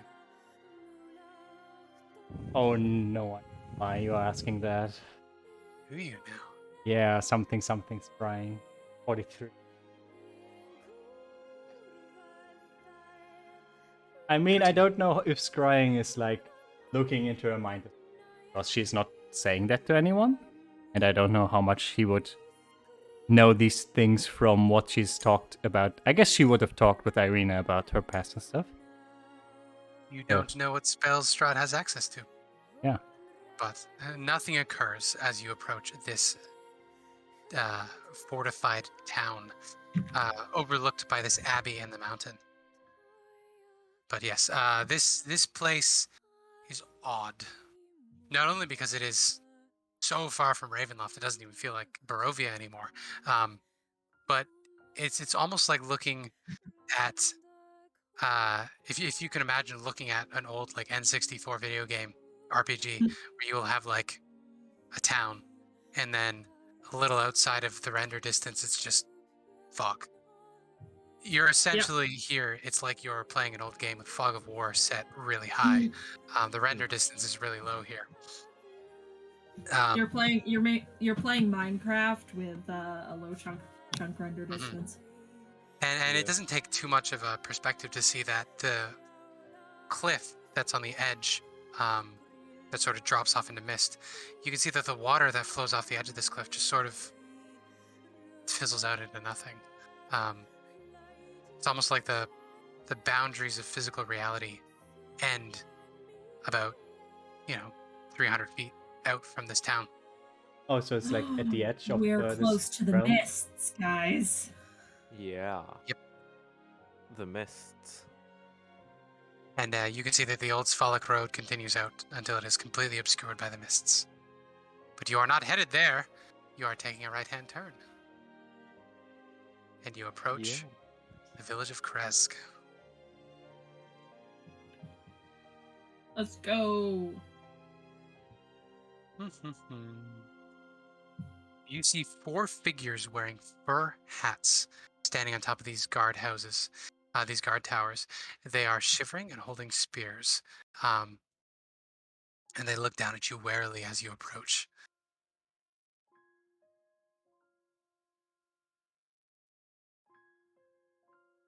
I would greet them, but I'm a cat. Meow. Would anybody else like to greet them, or will you leave that to Ezmerelda? Yeah. I'll look. Yeah.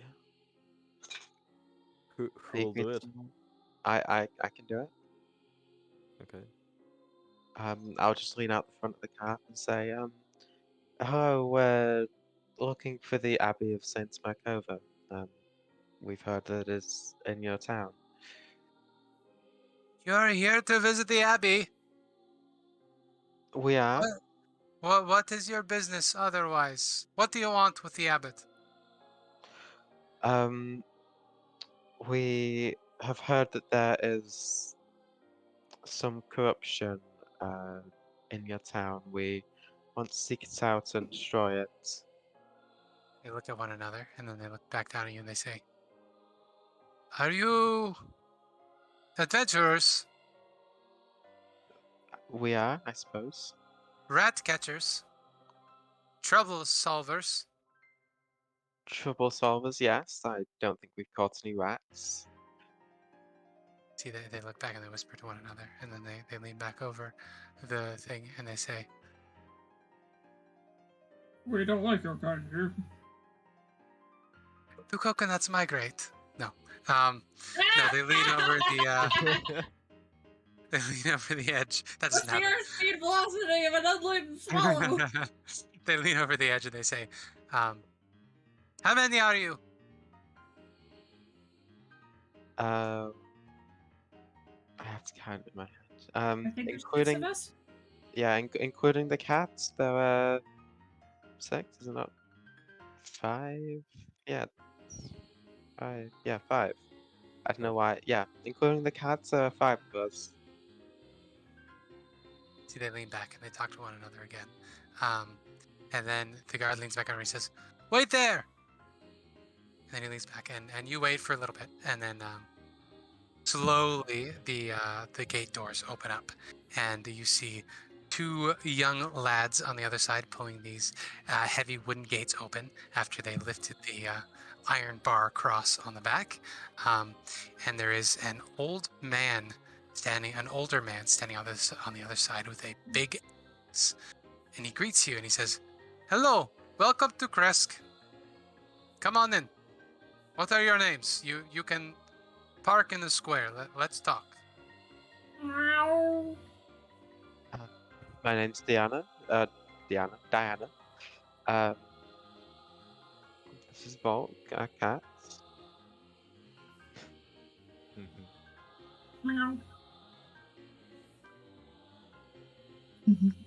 Nice to meet you. Nice to meet you.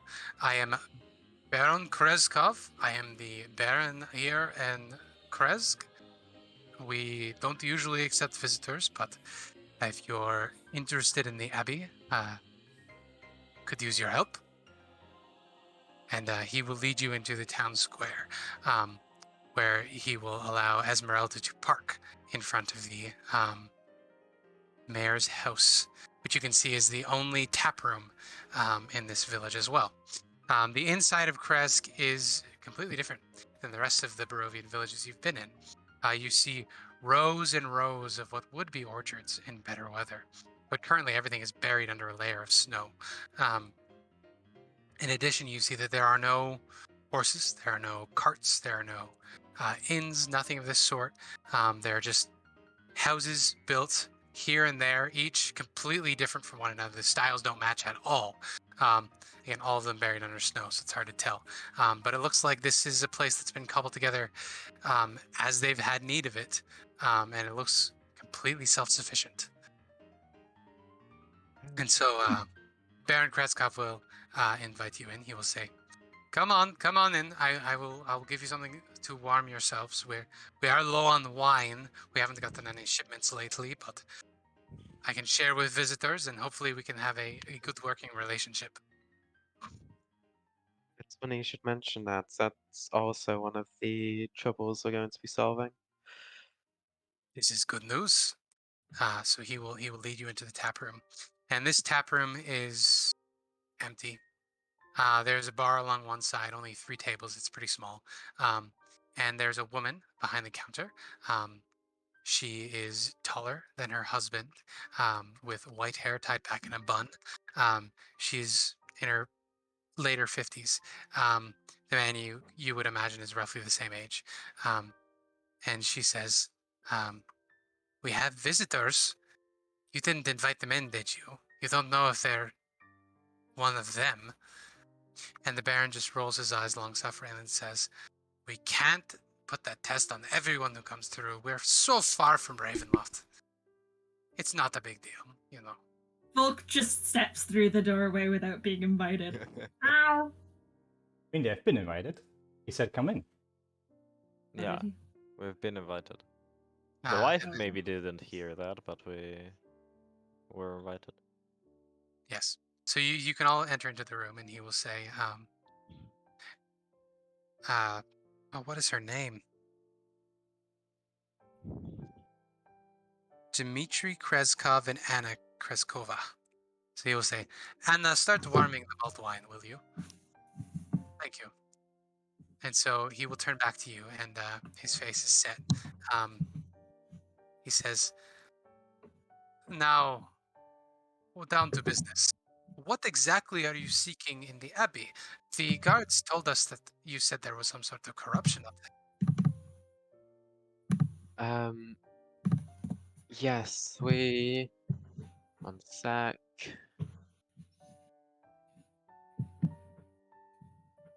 Sorry, I'm just looking at the quest log. Okay. We had a portent from the Vistani woman. Said that there was a sickness within the Abbey. He raises his eyes, and his eyes flick to Ezmerelda, and he says, "Vistani portents. dangerous things. Hard to trust them. We don't usually let them in. Well, not this Vistani woman. They have seemed quite accurate so far. They led us to some treasures. He taps his finger on the table that he's sitting at, and he says, "That is exactly why they are dangerous." So you have come here to free some sort of corruption in the Abbey.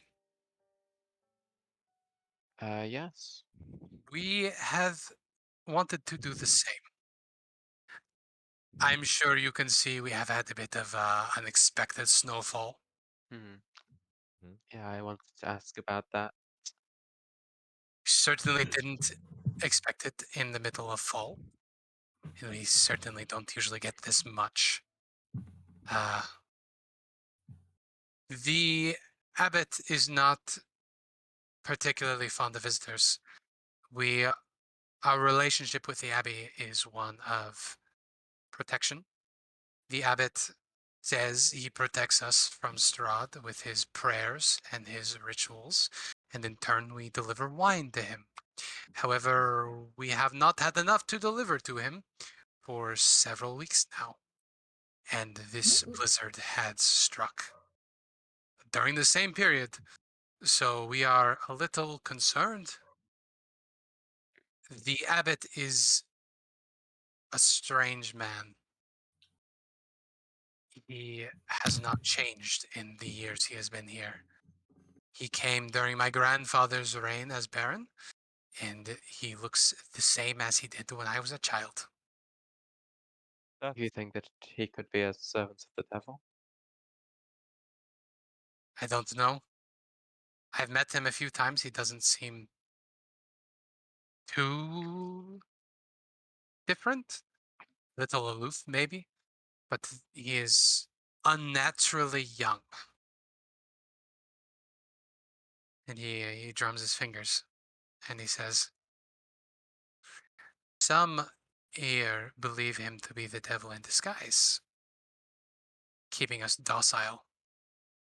And if we don't pay tribute, well, you can see." And well, I'm not inclined to believe this. I am inclined to follow the evidence of my eyes. No one has been brave enough to go up the 1,000 steps to see him. Well, Seems a bit naive to think that a bit of snowfall is the only thing that he would get if he's displeased with the Lord of the Lands, I mean. This is harvest. Do you know how many apples, how much wheat, how many potatoes and yams and carrots we have lost because of this frost? We Like I don't said, trade with Vistani. We don't let them in. If we don't have food, we die. like I said, you're underestimating. The Lord of the Lands would be someone they deem unpleasant. well, This he would couldn't get be a more generous and peaceful death than bring those who displeased him. into Valaki. It's possible that this may be his only way to punish a town, I suppose, to stab them out. It wouldn't be too hard for him to get in here after all this fool invites everyone who comes across the road and tells him that he's gonna help him. Right.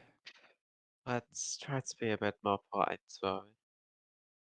You know, the abbey used to be home to some saint, Markovia. She was a powerful servant of the Morning Lord or some such. She actually built a shrine in town, but she could not defeat Strahd. So I know a little of what you're talking about. They say that he tormented them up there from the shadows and drove them all insane. And one by one, they killed one another, turning to cannibalism when they ran out of food. And it's haunted. And that is the reason we never went up there. Until all of a sudden, lo and behold, this handsome young man walks out of the mists and says he will keep us safe and he will sanctify the shrine. And he wore all the right livery. He apparently carried signs of the Morning Lord and performed miracles for the townsfolk, raised the dead, cause the blind to see, the lame to walk, all of this stuff. Hmm. But we don't see much of that anymore. About a century back, he came down and raised my grandfather from the dead after he fell while constructing a barn, but we have seen nothing more. And his face gets really tight at that. When you say resurrect, do you mean he was properly brought back to life, or do you mean, how would you say it? A bit more of the undead nature. No, it was miraculous. I wasn't even born. At this point, Anna will return with the warm mulled wine. It is an apple wine, and it is, as I said, warmed, and there's nice spices in it, ginger and cinnamon. He will say, um, they say that the abbot came down, laid his hands upon my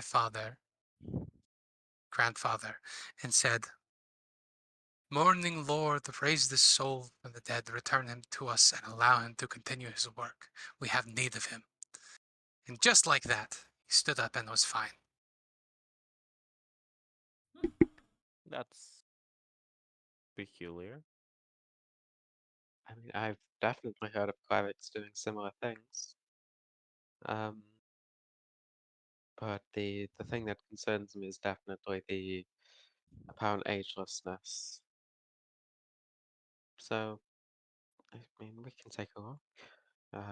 Anna, at this point, will put the last cup down, and she will interrupt her husband as he begins to speak, and she will say, Now don't let him get in your heads. The abbot is a good man. He has helped us over the years, and I am sure that this blizzard is not his fault. We've actually lost someone recently, and it's a point of contention, this raising the dead, because he was our last son, and there aren't many children we're going to be having anymore. She gestures to her wrinkles. And Baron Kreskov just sighs and he says, We didn't need to tell them that. We only needed them to go up there and stop the blizzard. We aren't asking for a miracle. If we ask for too much, we get nothing. And then Anna says, Have a little faith, Dimitri. Look at them. They're adventurers. They've clearly been through much. we will see what we can do for you, but obviously we cannot promise anything. Well, traditionally, those who seek to climb the 1,000 steps up to the Abbey, they would stop at the Shrine of the White Sun at its base, pray to the Morning Lord to protect them on their hike, and then they would climb away. Lovely. It would be good to do so. It might give you fortune on the climb. The pathway is a little perilous, especially in this weather. It is good to see that the people of Kask have not forsaken my lord yet. You are a follower of the Morning Lord.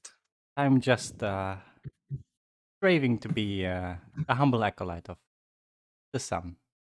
He smiles and says, Not quite We yet. should all hope to do so as well. And no matter where you start, every step forward is a valuable one.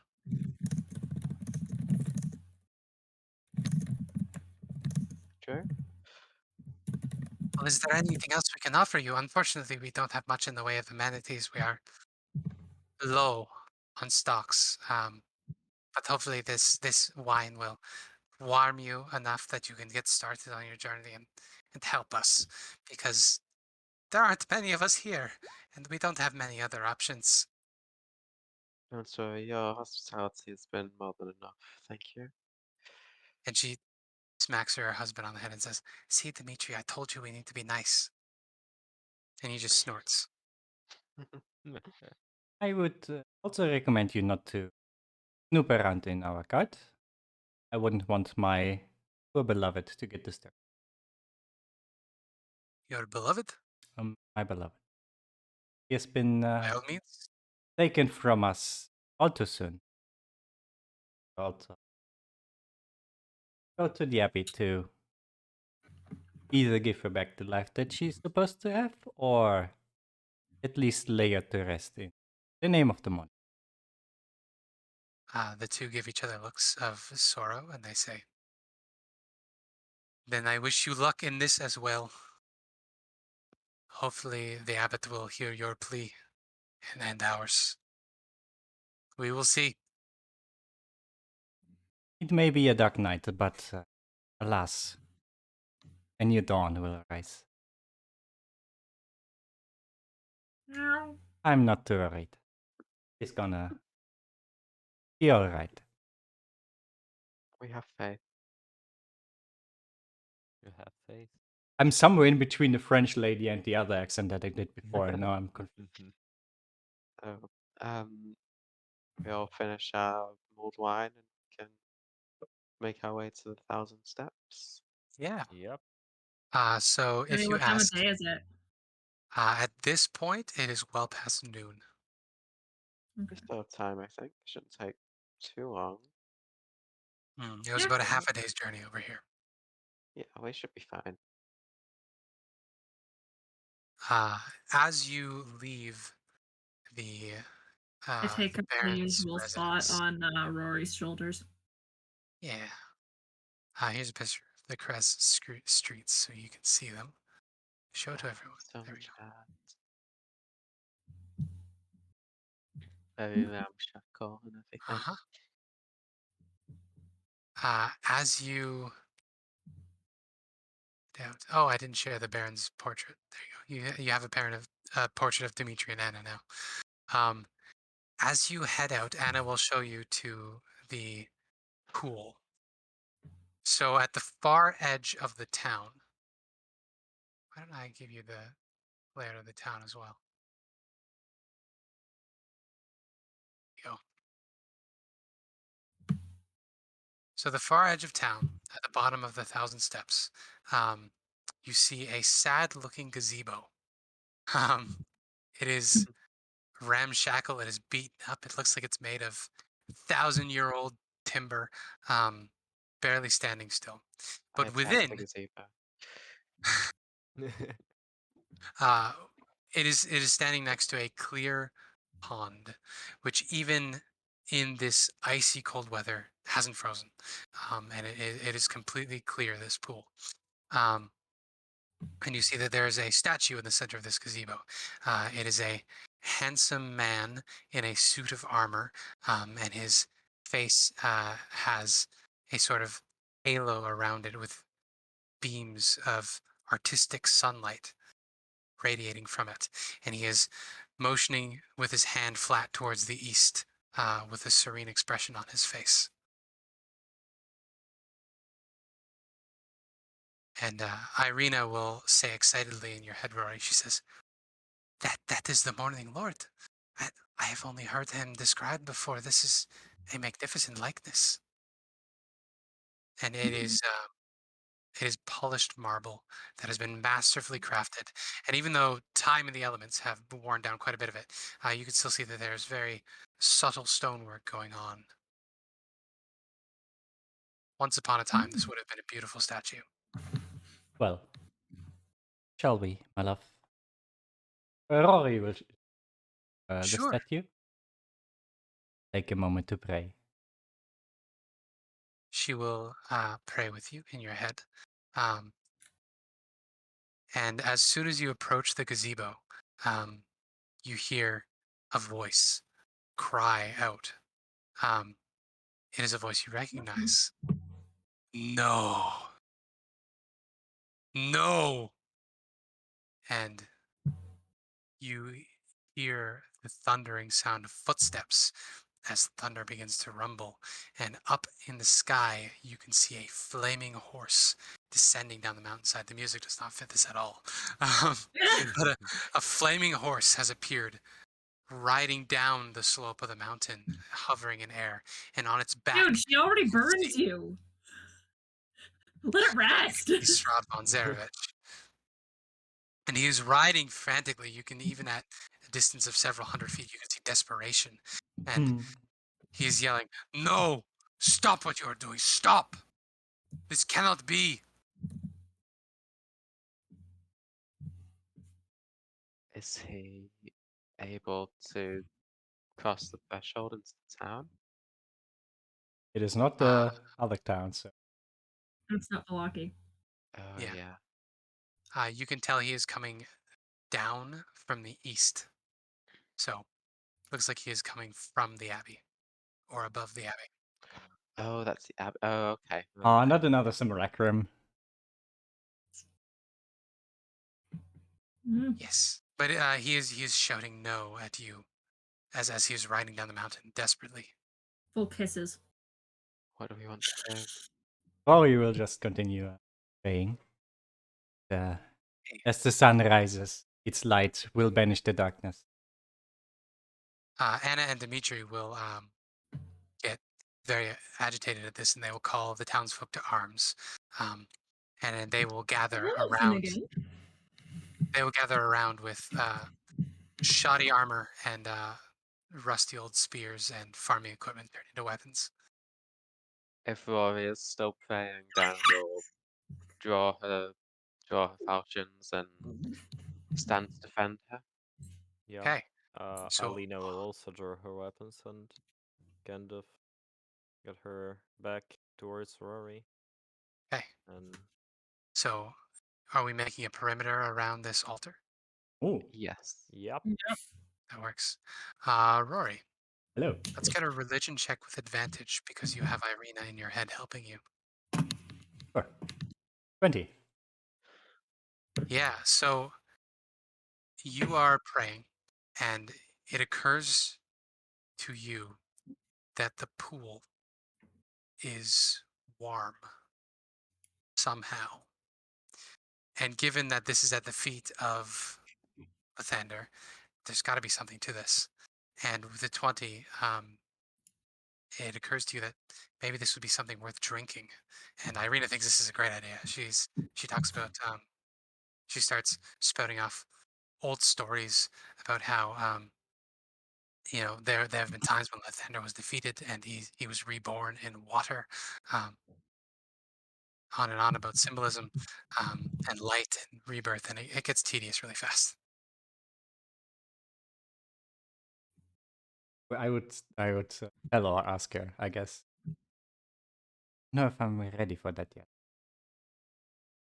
He says, "Well, he is coming. If you're not ready, perhaps I could be." Mm. Let's do it together. I think with you by my side, I should be ready to go. Finally, take the first step on this road. Take All the right. first step of 1,000. So she will settle into control of your body with you, and you share control for a moment, and that similar meshing of emotions happens when you're both powering the body, as it were. Um, and all of a sudden, you feel as though she's looked at you, and she says, "Rory, I don't need you to be anything. I don't need you to be good. I don't need you to be bad. I don't need you to be strong. I just need you to be you. Because I love you, where you are, as you are. And what you do is, it's just something that you do. It's not who you are. And you accept that."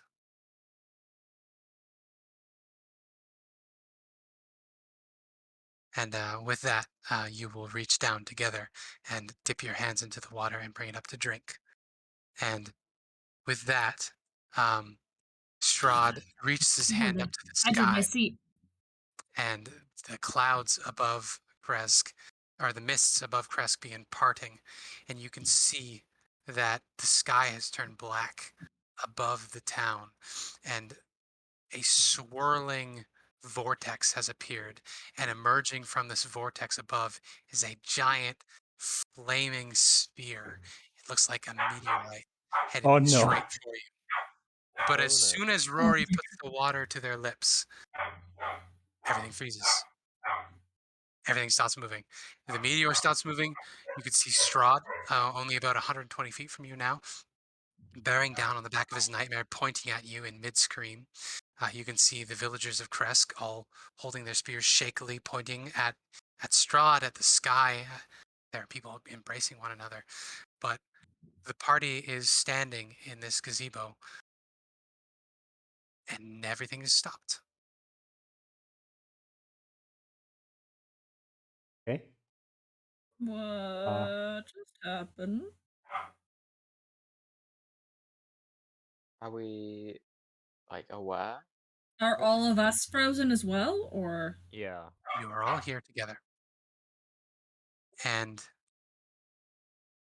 as you look around, you begin seeing other figures standing around this altar. Faces, men, women, all of them with similar features you recognize. And Rory, as you are looking about at these faces, you can see that Ireena is amongst them. And in that moment, you realize she's no longer inside of you. And this spectral Ireena looks at you, and she looks down at herself, and she says, I'm not inside anymore. And all of you can hear her speak. What has happened?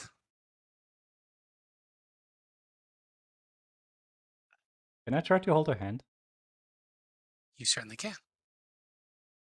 As soon as you touch, you feel the tingle, and there's a bit of give, but there is pressure there. You can feel her. Hmm. And she looks around at all of these other faces, and it doesn't take too long to recognize that one of these is Tatiana. And that's when it clicks. All of these, it looks like the same person iterated in different lives over and over and over again. And you can see a dozen of them in a circle around this gazebo. And Ireena just looks around all of them and she says, Is this who I have been? Life after life? Men and women lived and died, all chased by a monster.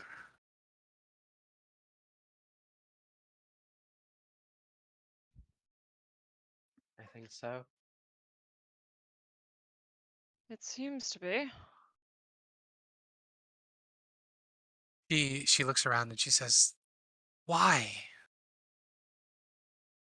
Why has this been allowed to happen?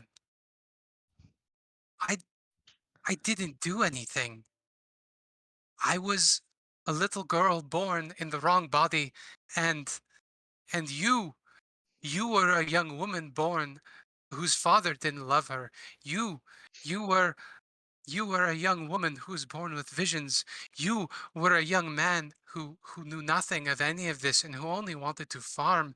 And she lists off and off and off, and eventually she comes to Tatiana and she says, And you were a poor woman who got to sit in the house of a lord and was loved by a prince.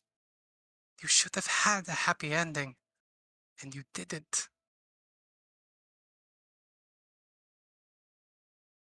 And then she think- looks at this. Sorry, yes.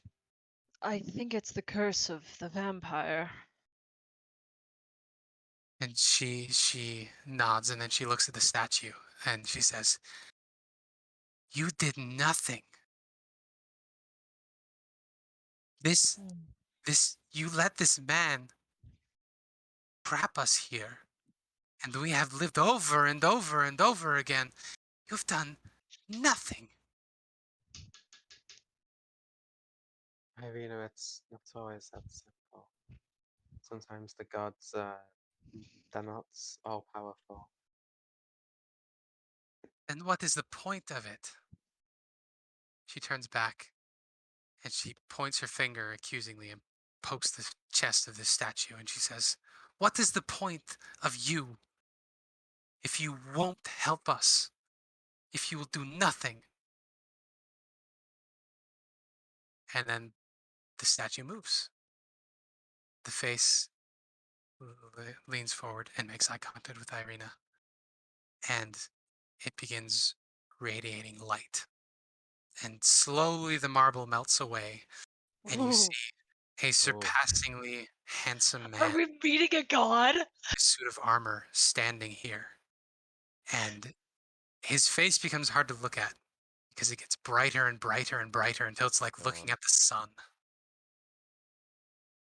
And this man, if he be man,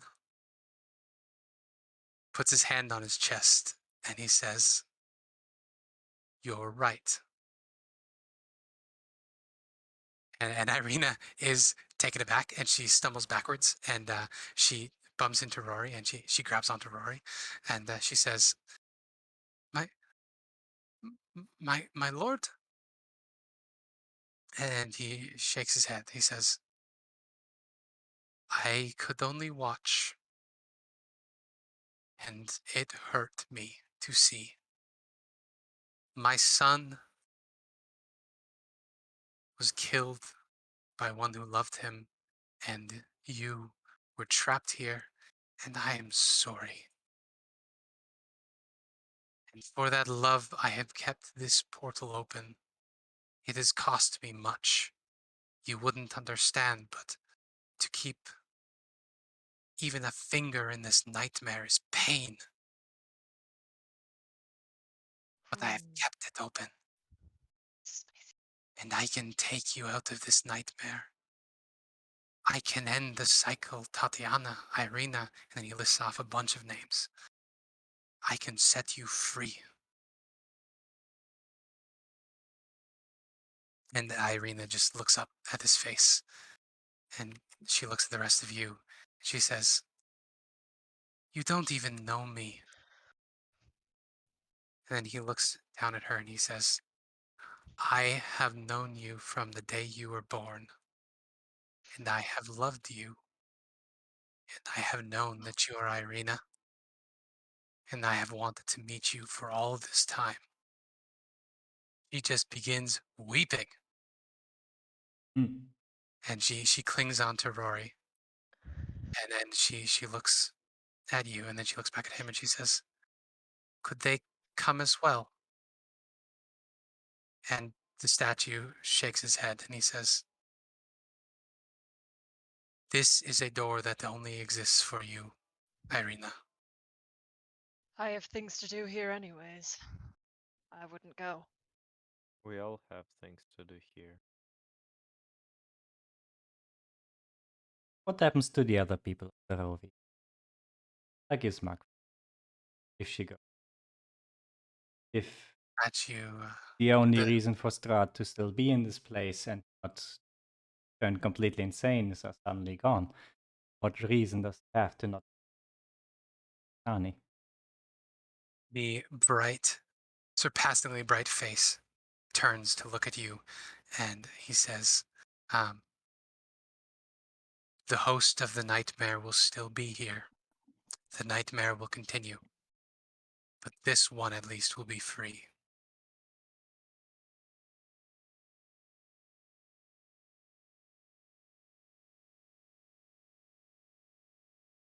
Well, personally, I think it would be good for Ireena to get a break from Strahd, and we could see her again once we're done. Once we've dealt with Strahd, it'll be And one less thing to the worry about. the being shakes his head and he says, "Where she is going, none of you can come. This would be the end of the cycle, but you would be at my side forever with Sergei once more." Oh, I see. And Ireena looks to the rest of you and she's thinking. She says, "I don't know what to do. I don't want to leave you. I don't want to leave these people, but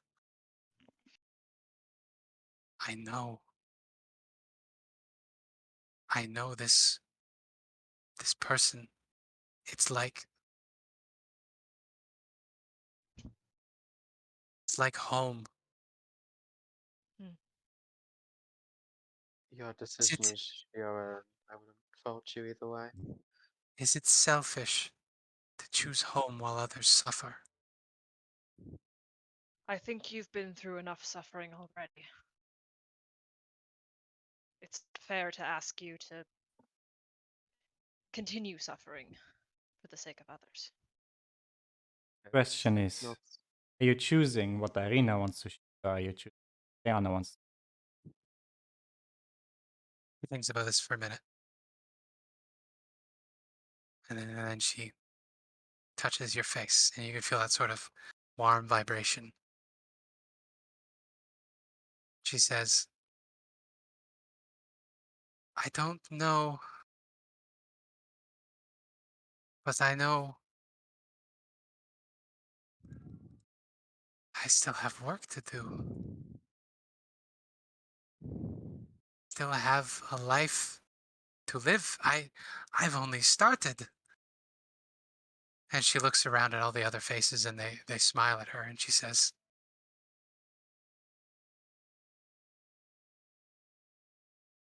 I didn't choose to be born. And I didn't choose to be born here. But I can choose this. I can choose to be brave. I can choose to stand in the way of those who would hurt others. I can choose to stand as Redmond stood. I can choose to avenge, to face evil no matter what it costs me. I can choose to be whimsical and to live in fairy tales and faith and to care about the natural order and the cycle of things.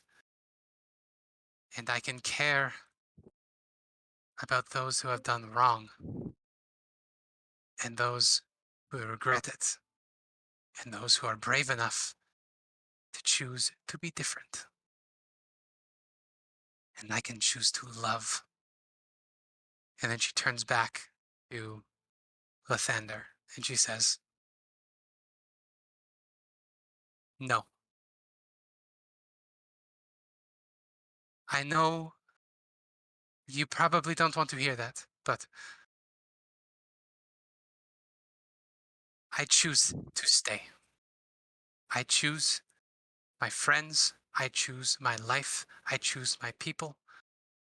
And if that costs me another eternity of lives, it will be worth it because it is the right thing to do. To stand up for the weak, to kindle the light where it is darkest, to shelter the joy in others, in love, in the relationships, in friendships. She squeezes Rory's hand. She says, it was good to meet you. And the man with the brilliant sun face nods and he says, so be it. This door will be closed and never open again. Farewell, Ireena. And then with that, he will raise a hand back to the east and he will say, the Redeemer lives. Go to him. And with that, time begins moving again. And his face suddenly becomes a marble once more. You can hear the townsfolk screaming and shaking once again. But that hand that is holding yours, Rory, it's still there, still solid. And when you turn to look, you see Ireena. Ah, Woohoo! And Ireena looks different than before. or The normal? severity of the beauty is not quite as striking. It's relaxed. There's asymmetry to her features now. There's a mole here. One eyebrow is a little too long. She looks relaxed. She looks comfortable. She looks like she is in the body she was always meant to have. And she looks at you and she smiles. And then everything is black. Oh. And you are falling. Oh. And Oh. let's get a dexterity save from everybody. Oh. Oh. Oh. Oh no, what just 23. happened? Oh, One natural for Ireena as well. 20. Dexterity saving Hell yeah. throw. Oh no, Ooh. the cat's in trouble. Also, I'll update Ireena's character sheet. She's level 5 now. Level. Ooh. So she's on Oh! par with you. She just went from level 2 to level 5 in one set 13 in for 2 sessions. Ireena, if her stats stay the same. Well, that's divine intervention. So Ireena and Volk will both take 2d6.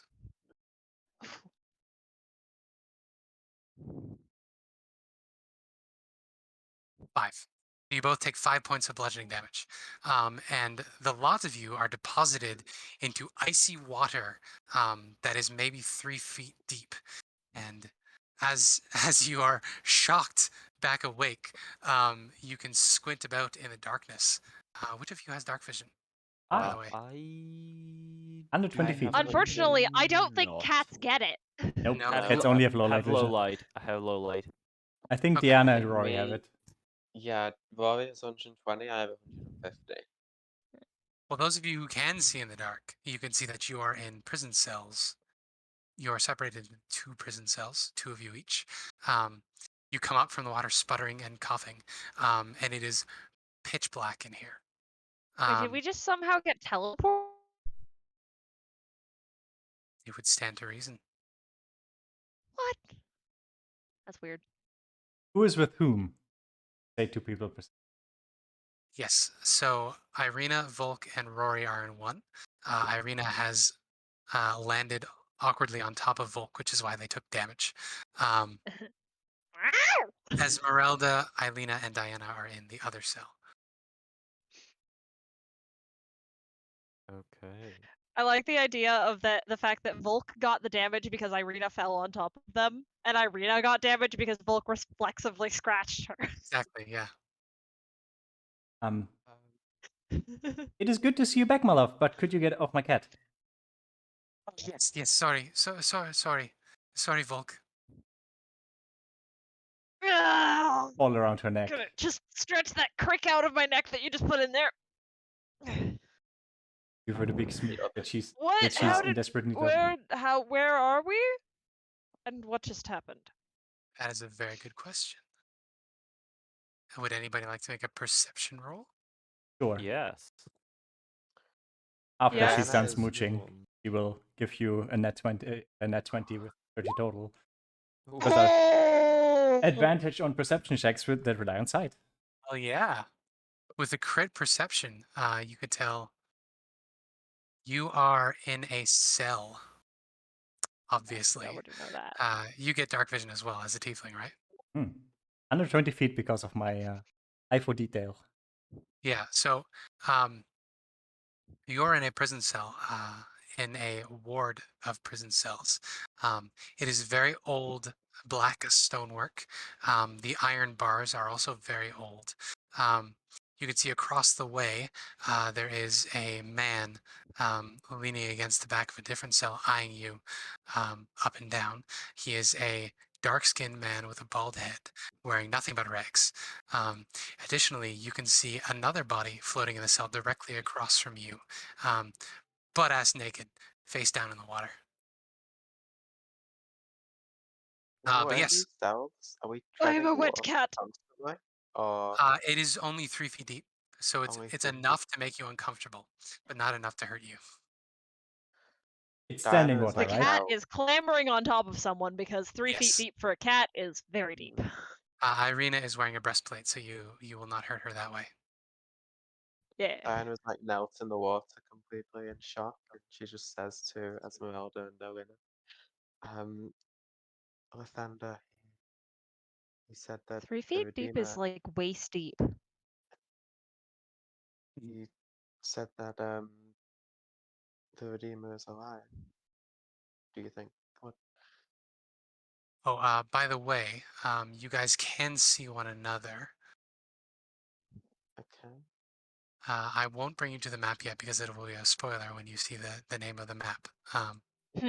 But there are 4 cells that are about 10 feet by 10 feet. And there are iron bars on both So sides. how and on the wide are front. the bars apart? They are about 8 inches apart between them, and there are crossbars every 2 feet up. So it is a robust set of bars. Cat could probably get through pretty easily, but no people. Yeah. Maybe a halfling could squeeze through. We have Well, our this stuff. cat. Also, 3 feet is like waist deep, so like we Cat is cannot swimming. sit down or we will drown. That is the intention. I am gonna That try my spider is climb and just just gonna be nasty. like horizontal on the wall. Yeah, you certainly can do that. Interesting. I have not done this before. Quite useful. One of the few things Volk that is of this new form, I think. Volk is gonna just stare at the guy, He stares back, unblinking. and you see. Well, there's no light down here, so you don't see anything. But he definitely stares back, and his expression is unreadable. Anybody have any light producing things?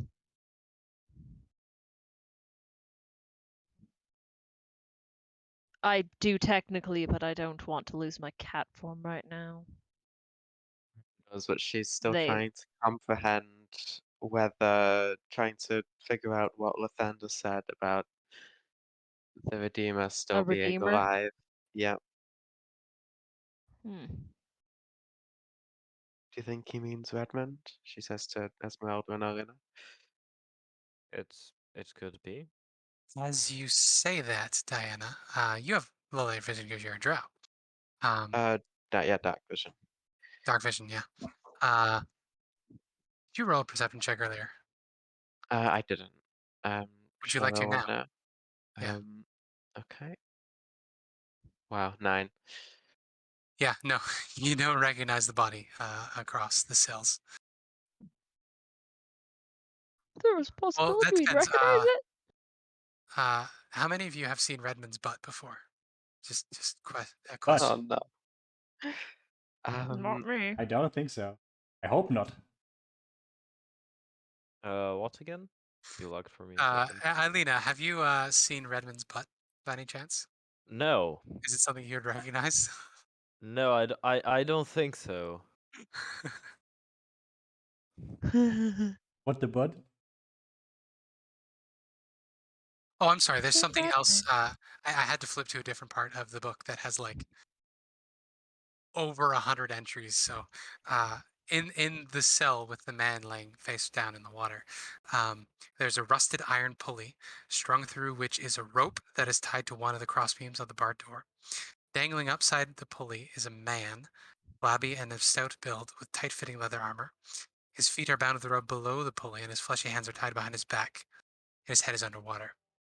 He is Oh, clearly dead, and you would guess that the naked body lying under him is also dead. how lovely. The black man is not dead.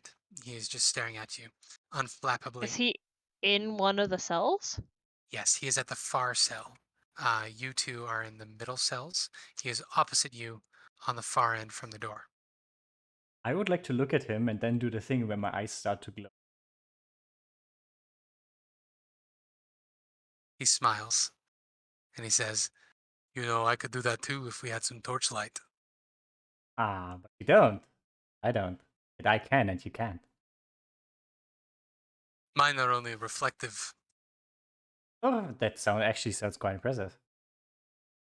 I'll cast dancing lights, creating the like globes of pale bluish light. Sure. At this point, since you all can see him in the light now, I will add his face to the overhead. No. Mm. And he says,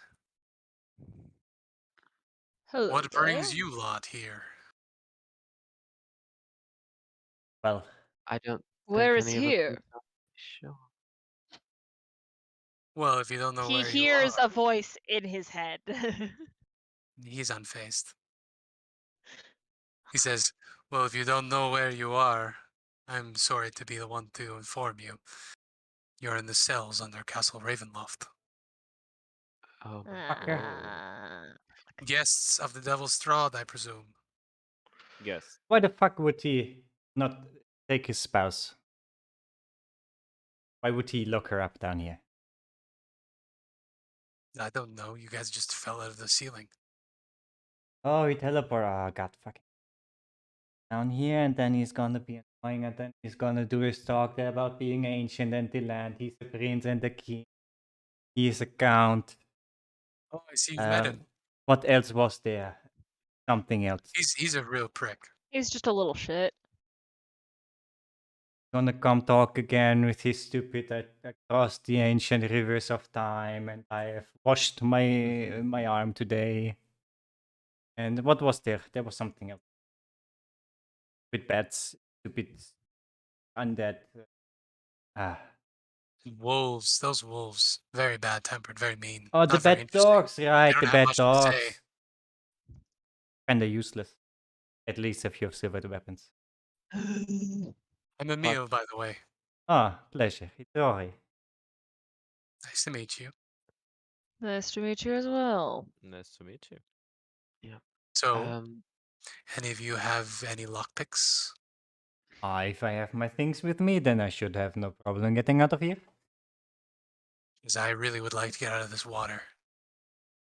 I will Everything persuade below you. the waist is wrinkly. Thank you. Everything? Everything. It's been at least 2 weeks. Oh, 2 weeks. At How least do you do you not have to pull sleep? down your pants when you go to the toilet. Oh, Let's that's just say horrible. this water isn't clean. Good thing I'm not in the water. It's not drinking water. Oh. Oh, look, it's a rat. They throw me meat every once in a while. That disgusting cloven. So, I know why he wants us in his prison. Why does he want you in? He smiles and he says, "Wouldn't you like to know?" I would like to know, that's why I'm I asking. think that was the point of asking the question. Well, I'm clearly an enemy of Strahd. Strahd doesn't like his enemies. And I guess I'm more useful alive than dead. Or he wants to have some more fun with you before he ends your misery. What happened to those two over there? And she'll point to the two that are lying face down. He was dead when I got here. That body, I don't know. Appeared like you guys did. Oh, Maybe 4 days ago. Something like that. Just appeared in the water with a splash. I don't know. There's lots of weird stuff in the tower. And he points to the other cells. He says, "I think that one was a bard. The one that's hanging upside down with his head underwater." Then he points across the other way. He says, "That one, I think that was a wizard." And you can see in the cell next to you, Rory and Volk, there is a blue-robed person shackled to the back wall of that cell is an emaciated figure in a blue robe. Spindly arms are spread wide and its head is tilted forward. Long gray hair still hangs down from the skull, where a beard would be.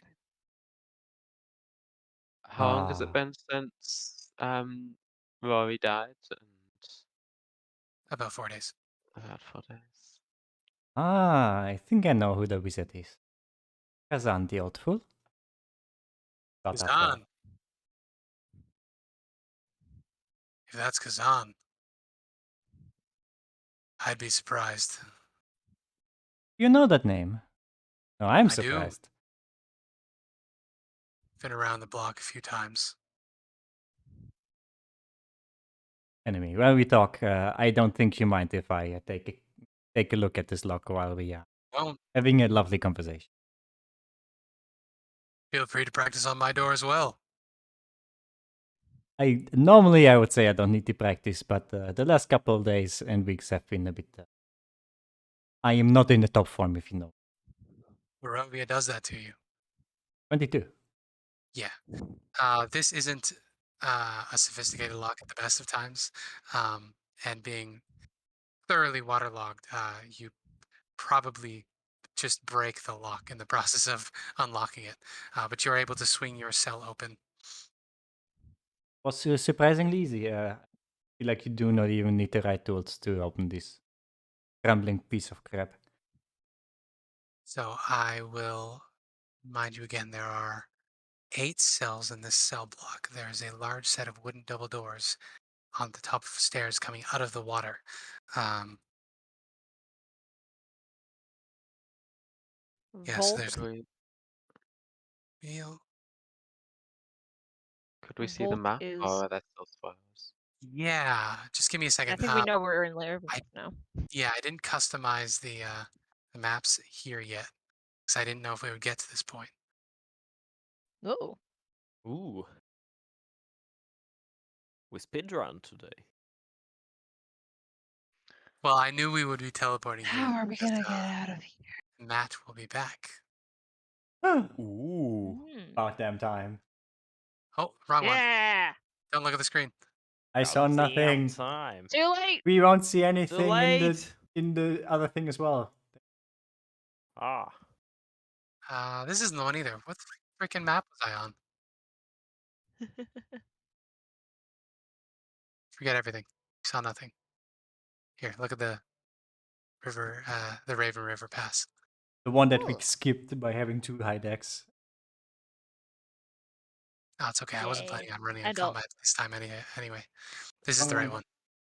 No, this is the right one. Oh. So in the middle, right here, if you can see the Here. ping. Right here, Yeah. you can see the ping. That is the cells. You guys are on the left in the middle 2 cells. And Emil is here. So you would be on the other side. Okay. So So where is Token? Curious. so, I think Volk, you're here. You're I in think the- we were. Oh, Rory, okay, we're over Volk, here. and Ireena would be in this The one. top one. This one, the middle top one. And then everybody else is in Yeah. this one, the bottom I two. had us in the right one. No, one higher.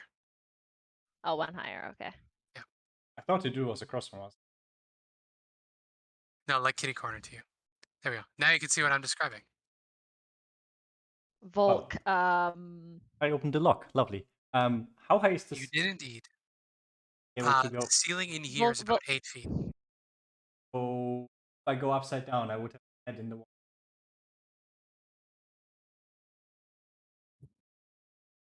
How tall is Rory? I'm like 5'5". Yeah, so your head would be in the water. 5'4". Or your hair would be anyway. Unpleasant. Volk is going to wild shape Okay. into a giant octopus. Dope. Ooh. So they like slide off of Ireena's shoulders, and like halfway into the water, their form changes, of course, and falling into the water is a giant octopus. And I believe the giant octopus is a large beast, so I'm just going to bring in my Deinonychus mini. There you Oh, go. the Deinonychus is medium. It doesn't work. Here, I'll get a giant octopus. I'll just use the elk's block. Okay. For spacing. That could also make your And token bigger. that is also true. I don't know how to do that, but you could do that. There we go. And Volk kind of like swims through the water, and is going to try to break the Three. I think Rory already unpicked our locks. No, they're gonna try to break the bars of the cell that the butt is in. Yeah, it is directly across from you. Yeah. They're gonna Diana wrap and their I, tentacles around it and just. let's get a athletics check then with the octopus's stats. Okay, giant Well, octopus. as Strength you is say that, +3. I should do that down. I was just gonna say, wait. Are we sure we want to know? Well, are we gonna lose anything if we do not know? Oh, +3. So that's a 22. Yeah, so you're able to rip off the cell, the bars of this cell pretty easily. In the meantime, Ileena and Diana, as you are shifting around as Rory is working on the lock on the other side, you notice the ground in this cell is pretty loose. It's almost like you're walking on really coarse sand. But there's definitely something under your feet here. Hmm. I can investigate because I can swim. The water is not clear. I have dark vision. Now. Yeah, that's why I specify that it's not clear. Bum. Yes, Thieves' Tools, you very easily crack this lock as well. And as you open the door, you can feel whatever's inside the cell shift underneath you as well. Oh no. Are we about to get into a I combat? think we have company. Unpleasant one is that.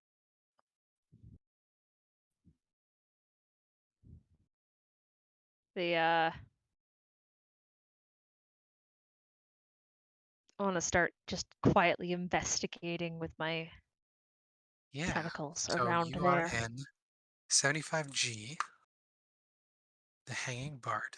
Pounded into the roof of this. Oh, I already read that. No, I just want to flip the naked person over Yeah. and look at their It face. is Redmond. Bum. Guys, I bum, found the bum. red guy. Huh. No. Then I'm just gonna leave him there. And I think I heard what they were saying about the ground being kind of weird. I'm being So shifty. I'm gonna join them. Yeah. I'd kind of like drape my tentacles over the ground and kind of investigate it. Send some tendrils out. Step back. Yeah. Yeah, since let's get a perception check. And since these are tentacles, disadvantage because you don't really have fingerprints. The feel. That's a 10. It doesn't seem dangerous. They're just a bunch of little small discs, you would guess. They feel cold, but they're underwater. Everything feels kind Feels of like cold. a bunch of small discs. I don't know. That ring any bells? You can always pull some up if you'd like. Yeah, sure. I'll bring one up Okay. above the ground. Make a wisdom saving throw. Oh no. Oh god. That's 20. That's a dirty Yeah, 20. so you pull this tentacle up, and you're holding a electrum piece. On one side, you see Strahd's face, and on the other, there's this von Zarevich crest, which is a stylized V with a crow in it. Ooh. It's a piece of money, but it hurts my head. I'm Doesn't just actually. gonna. You saved, so you noticed nothing wrong about it. Oh, you'd think that with a save you would notice that, like, Not you necessarily. had to, Nope. like. Nope, No, this you is wouldn't. effect Oh, that you okay. are not aware of if you succeed. Oh, lovely. But yes, it looks like a regular electrum piece, just with freshly minted with Strahd's face on one side. Looks like some money. Can you hand that over, my dear? Yeah, sure. I'm also gonna get like out one of the other electron pieces Brad's face on I had before. Yeah. As soon as you touch the coin, I would like you to make a wisdom saving throw. 23. Okay. You Yeah, also seems notice fine. nothing untowards. It is a regular electrum piece. And when you compare the two, let's get an investigation check.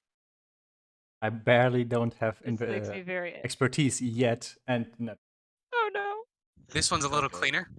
A little less worn. Clearly hasn't been traded as much, but it looks like it was minted around the same time. I'm just gonna. Yeah, and so now This that is you guys know that they're suspicious. coins, you know that you are standing amidst a pile of coins. Ooh. relative. You would guess if you don't know if they're all electrum pieces or what, but it's a relative horde. I'm just gonna go down with my grab a couple. Okay. Oh wait, Uh, actually no, I won't because I'm gonna go back to Ireena. Forgot It is that she's poo back. water. And I got my Ireena back, so I have more important things. They're Yeah. holding her. She is looking stunned and looking around, and she can't see much. Well, the dancing lights are on, and so she will just embrace you and kiss the crap out of you. No. Guess we didn't have to go too long without each other anyway. Experience, Volk I is think. gonna try to find a drain. Yeah. Let's get an investigation check from Volk. Oh no, investigation. That's not my strong suit. That's not a very good roll. Oh You god. don't see any signs of draining in here. You also don't necessarily know where the water's coming from. But given that you are in a rock area, you'd think there'd be a drain, but you can't spot one. And if it's there, it's probably blocked. Can I check if that door is open? Like it could function as a sink, like if you open it. Yes, you can. The door is at the top of a set of stairs. Mhm. So the door is actually above the water line. Okay. Meanwhile, Emil will tap his bars and he says, I appreciate that you're having some sort of reunion, but I would really like to get out of here. I'll go try to snap his lock. Athletics? Yep. +3. Ooh. That's a 21. Ooh. Yeah, you pull it off, and he just smiles at you and he says, it's a neat trick. I wave my tentacles at him, I guess. And But then yeah, octopus swim over to Rory. Or certainly. Diana. Or oh no, that's Ilena, sorry. My brain is mixing up the character portraits. How could As you pass by, you can see in this cell here that there is actually a body under the water. You can only see it as you're passing by because his foot is actually stuck up in the bars as if he fell over while trying to climb them. And he's wearing heavy plate, which has been thoroughly rusted. But that's probably keeping him underwater. Ugh. Hmm. So we want to check the door. Yeah. Unless You know anybody what I wants just realized? Yes. We just lost the cart. Oh. I mean, we can go back to the town eventually, right? Maybe. If the town still stands. If I saw correctly, he casted a spell that would completely annihilate that city.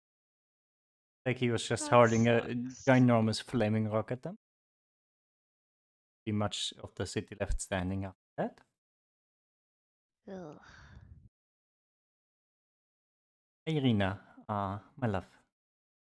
Yes, Your faith still strong. of course. Happy to But hear that. it's tempered now, I think.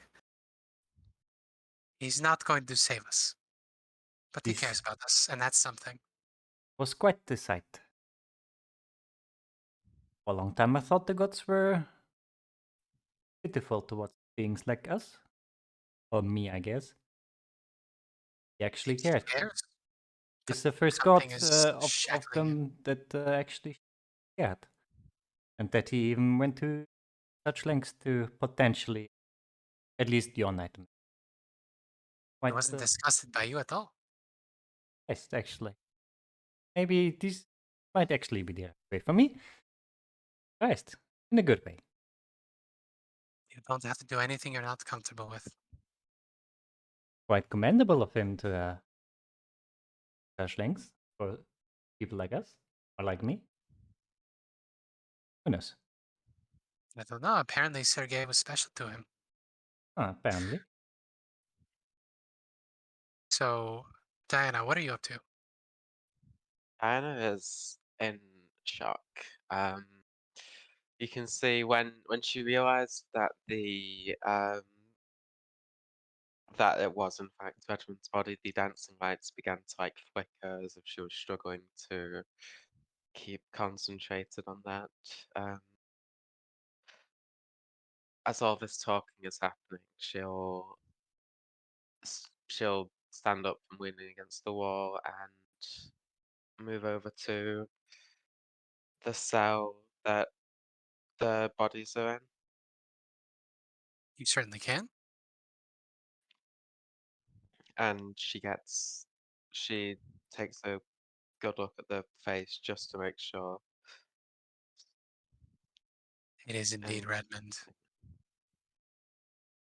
I had hoped for a moment only to have it ripped away from me.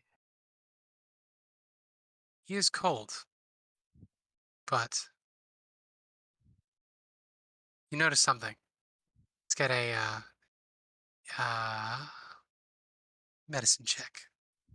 Ooh. Medicine. I don't know when the Yes. count sheet keeps closing itself. Roll 20. Roll 20. Medicine. Yeah. 13. Yeah, so he is cold, but you could swear you feel a pulse under your fingertips. It's pretty light, but yeah, and you don't know how. He was face first in the water, but he's seems to be alive. And all of a sudden you hear a voice behind your over your shoulder say, "See a friend of yours." Yes, yes. Rough way to go, drowning. It wasn't drowning. At least I don't think it was. Huh. Well, hope you rest easy. Mm. Uh, Ileena and Volk, Yeah. let's get perception checks as you look at this door. All right. Well, 24. Yeah, so between the two of you, you can see that this is a well-locked door. It is also extremely rusted. You would guess that this one would be harder because it looks like a lot of the rust is centered around this lock on the door. You can peer through it, um, but it is currently locked. Hmm.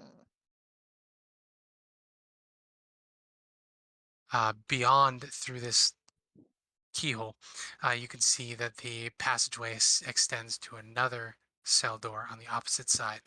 And then obviously the passage goes left and right. Hmm. So we've gathered around Redmond's body. I feel like this. I'm not sure. He doesn't. There's a pulse, I think. In the water. But Lathander said that he was alive. The Redeemer is still alive. So you think he actually meant red?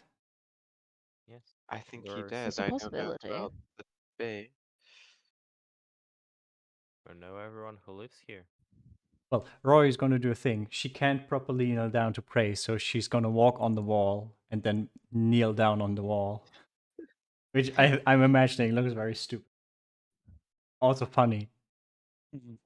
She's just gonna do the one thing that is still weird to her, which is praying. Like, Does anybody have extra clothing? So we could just kind of drape it over him so he's not naked. right, he's Good naked. question. Does anybody have any extra clothes in their packs? Let me see. I have my thick What the- sun-blocking cloak, which I very much need. Well, So, Or just like a I bedroll. have the dress that Ileena wore at the noble house. Oh, I yes, also please. have Sex fine Well- for clothes. clothing. Yes, let's make Well, Ireena is Matt pretty buff. wake up in a dress. Ireena is not that buff, to be honest. Like, she is. Oh, that's true. She's a Dex Paladin. She's a It's Dex lean Paladin, muscle so yeah. as opposed to a bulk Paladin. Yeah, exactly. So yeah, we'll throw Ileena's dress over red. Let Matt return to red being in a dress. Ah, Rory, And- as you pray, let's get a religion check. A religion checkaroonie. Wanted to pray first. 5. You pray. And you pray. I'm not good at praying. Nope. I will look at Ireena like. Still not very good at this. Can you? So she will come up to the wall and she will stand 90 degrees to you and like walk you through. And she says, "The light of the morning Lord shine and protect us." Da da da da da da da da. I'm no Anna Prosser Robinson, but there you go. She walks you through a prayer. Let's get another religion check. Not gonna work. Ah, 20. Ooh. yeah. Hey, you feel something, Rory. Something weird. A tingly warmth in your fingers. Ooh, I'm the paladin now. And it's Yeah. a familiar feeling. Because you did this when Ireena was in control of your body. Oh no. Oh lord. I'm not gonna make something dirty out of that. Hmm. You have 5 lay on hands. Temporarily. Well, in the end, I will have this weird sensation. Gently cusp Redmond's cheek, the one in the face. I feel like has to be said, considering you're determining who it was from the butt. Look at him like he would give me a warm smile if you saw me pray. May the warmth of the morning, Lord, fill your body once more, and the sun of his radiance chase away the dark. With that, you feel that warmth leave you. And all of a sudden, Redmond gasps, jerks, and his eyes open, and he wakes up screaming. Hey, I did the same thing when you did this to me. That's where we'll leave the session for today. Oh. I think that's a pretty good Oh, place yeah. to end So it. good. Oh my goodness, how about that? A little early, but like I said, we got here a little faster. Yep. Oh, that was so good. Woo! Red is back. At the end, I The just give boy. Ireena a weird look like, you think Red and I are even now? I mean, he did this, and then I woke up screaming, and then he was gone, and now I did this to him, and he woke up screaming, so I think we're even, right? Beautiful symmetry. Mm. Perfectly balanced. As All all things things should should be. So we got to Okay, meet I have a Emil, question. and we got Redmond back. Yes. Yes. I don't remember whether I had telepathy or not when we lost Red. Yes, Yes, you had. You did. Yeah. I did Yeah, already. we were- Okay, I I thought we were I like- thought I You're could kinda third give level. him a good scare. What level? We lost him just after we turned level 5. Oh man, it's Oh, that's exciting. another We're thing. gonna get Matt back. You're level 6 now. Oh, nice. I get expertise. Guys, I could Relation. be second. I could be CO2 animals. Woo! Because What do Oh. I get? the Nothing. Morning Lord saw fit to bless you when he sent you to the Redeemer. Oh. Oh, he sent us here. Oh, is the town just fucked? I think the town is just fucked. They got meteor think swarmed. Find out later. In the next episode, Curse of Strahd.